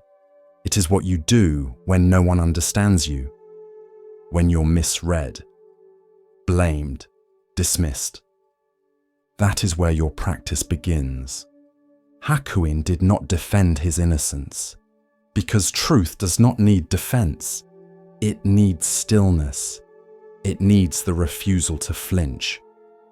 When asked later why he took the child in, Hakuin said, "Because the child needed care, and the girl needed mercy, and the temple needed the Dharma to be lived." No scripture, no debate, just rice, sleep, warmth, and the ability to say yes to life, even when it doesn't make sense. Is that so? Is not an answer. It's an opening, a breath before reacting. A choice to not fight the river, but to float, eyes open, and maybe even smile. As the lantern of awareness glows a little brighter, we come to a tale about seeing with more than the eyes. Let the stillness guide you now, and listen carefully to the next story.